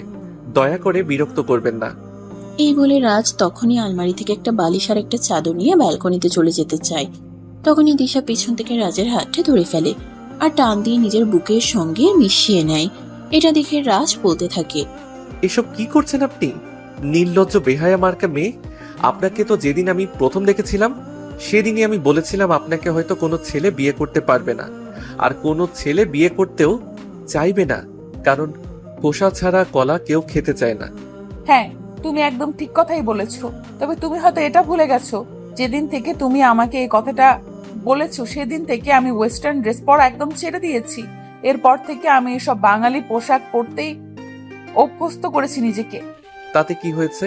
তাই বলেই কি এটা কোনো হাদিসে লেখা আছে যে আমার আপনাকে বিয়ে করতে হবে? এটা তো কোনো হাদিসে লেখা নেই। তাহলে আপনি কেন এসেছেন সেদে সেদে আমাকে বিয়ে করতে? কারণ তোমার কথা বলা, তোমার চাল চলন সবকিছুই আমার ভালো লেগেছে। অবশেষে আমি তোমার প্রেমে পড়েছি। আর যখন একটা মানুষকে আমার মনটাই দিয়ে ফেলেছি, তখন সেই মানুষটার কাছ থেকে নিজেকে কিভাবে দূরে রাখবো? তাই তো আমি তোমার কাছে চলে এসেছি। কিন্তু আনফরচুনেটলি আমি আপনাকে অ্যাকসেপ্ট করতে পারছি না। এবার দয়া করে আমাকে নিজের বাহু বন্ধন থেকে ছেড়ে দিন, আমি ঘুমাবো। এই কথা বলে রাজ তিশার বাহু বন্ধন থেকে নিজেকে ছাড়ানোর চেষ্টা করে, কিন্তু তিশা তখন তাকে আরো শক্ত করে জড়িয়ে ধরে আর বলতে থাকে, বেবি, যতই ঘুড়ি ওড়াতে নাটাই তো আমার হাতে। মানে আপনি কি বলতে চাইছেন বুঝতে পারলাম না। না বোঝার কি আছে? যেখানে তোমার ফ্যামিলির মানুষ আমাকে পছন্দ করে এবারের বউ বানিয়ে এনেছে, তুমি তাদের মুখের ওপর কিছু বলতে পারোনি, সেখানে তুমি আমায় ছেড়ে যাবে এটা ভাবলে কি করে? বিয়ে করেছি বলেই যে সংসার করতে হবে, আপনাকে স্ত্রীর অধিকার দিতে হবে, এরকমটা কাবিননামায় লেখা ছিল না, বুঝতে পেরেছেন? তাই বুঝি। ঠিক আছে, তোমাকে আমার অধিকার দিতে হবে না, আমি নিজেই আমার অধিকার আদায় করে নিতে পারবো। এই বলে তিশা তখনই সঙ্গে সঙ্গে রাজকে ধাক্কা দিয়ে বিছানার উপর ফেলে দেয়। রাজ তখন তিশার ধাক্কার তাল সামলাতে না পেরে বিছানার উপর তাল মাতাল হয়ে পড়ে যায়। তারপর কোনো রকম নিজেকে সামলে নিয়ে বিছানা থেকে উঠতে চায়, কিন্তু তিশা তাকে সেই সুযোগটা না দিয়ে বিছানার সঙ্গে চেপে ধরে আর তার দুই ঠোঁট ইচ্ছে মতো কিস করতে থাকে। রাজ তখন নিজেকে ছাড়ানোর জন্য প্রাণপণ চেষ্টা করতে থাকে। 2 মিনিট পর তিশা রাজের ঠোঁট দুটোকে একটু ছেড়ে দেয় আর তখনই রাজ বলতে থাকে, নির্লজ্জ বেহায়া মেয়ে, আমার বুকের উপর থেকে শুনুন, আমাকে যেতে দিন। স্বামীর কাছ থেকে অধিকার আদায় করে নেওয়া যদি নির্লজ্জতা বেহায়ের লক্ষণ হয়, তাহলে আমি সেটাই। আমি আমার স্বামীর ভালোবাসা আদায় করে নেবই। ছেড়ে দিন আমাকে। তোমাকে ছেড়ে দেওয়ার জন্য বিয়ে করেছি নাকি? তোমাকে বিয়ে করেছি ভালোবেসে, ভালোবাসায় ভালো থাকার জন্য। এই বলে তিশা আবারও রাজের ঠোঁটে নিজের ঠোঁট ডুবিয়ে দেয় আর রাজকে ইচ্ছে মতো কিস করতে থাকে। এভাবেই চলে প্রায় আধা ঘন্টা ধরে তাদের কিসিং পর্ব। রাজ নিজেকে ছাড়ানোর চেষ্টা করলেও সত্যি নিজেকে কোনোভাবেই সে মুক্ত করতে পারে না। আর অবশেষে ও তিশার সঙ্গে রেসপন্স করতে বাধ্য হয় আর দুজনে চলে যায় ভালোবাসার মহাসমুদ্রে। তাদের ভালোবাসার আদান প্রদান পর্ব শেষ হলে দুজন দুজনকে জড়িয়ে ধরে ঘুমিয়ে পড়ে। সকালবেলা তিশা ঘুম থেকে উঠে ফ্রেশ হতে চলে যায়, আর রাজ এদিকে ঘুমাচ্ছিল। তিশা ফ্রেশ হয়ে এসে ড্রেসিং টেবিলের আয়নার সামনে নিজের চুল আঁচড়াচ্ছিল। তখনই এই প্রথমবার রাজ ভালোবাসার দৃষ্টি নিয়ে তিশার দিকে তাকায়।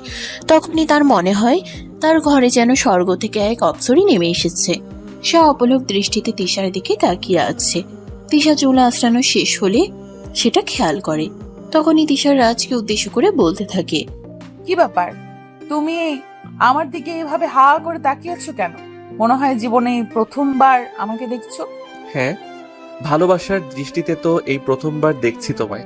ওরে বাবা, আমার লাভলু দেখছি ইতিমধ্যে আমাকে ভালোবেসে ফেলেছে। তা কি দেখে আপনি আমাকে ভালোবেসে ফেললেন বলেন তো শুনি। আমি যদি সত্যি কথা বলি তাহলে কি তুমি আমার কথা বিশ্বাস করবে? হ্যাঁ অবশ্যই, তুমি সত্যি কথা বললে আমি কেন বিশ্বাস করব না? আমি তোমার কথা বিশ্বাস করতে বাধ্য। আমি তোমার মায়াবী চেহারার প্রেমে পড়ে গেছি, বিশ্বাস করো। এই প্রথমবার আমি ভালো করে তোমার দিকে তাকালাম, আর আমি দেখতে পেলাম তুমি এতটাই সুন্দর যে মনে হয় আকাশ থেকে কোনো পরী আমার ঘরে নেমে এসেছে, যার চোখের দিকে তাকিয়ে আমি আমার পুরোটা জীবন পার করে দিতে পারবো। পাম দেওয়ার আর জায়গা পেলে না, যেখানে আমায় সহ্য করতে পারতে না, আর এখানে কিনা আমার প্রশংসা করছো। এটাও আমাকে বিশ্বাস করতে হবে? ঠিক আছে, তোমায় বিশ্বাস করতে হবে না। এই বলে রাজ মুখ ঘুরিয়ে বসে থাকে। তখনই তিশা সেখান থেকে রাজের কপালে আলতো করে একটা ভালোবাসার পরশ এঁকে দিয়ে বলতে থাকে, তাহলে বলো ভালোবাসো আমায়। বলবো না? তুমি তো বললে আমি সত্য কথা বললে তুমি বিশ্বাস করো না, সেখানে তোমায় ভালোবাসবো কেন? তুমি না বাসলেও কি হবে, আমি তো তোমায় ভালোবাসি। I love you. I love you two.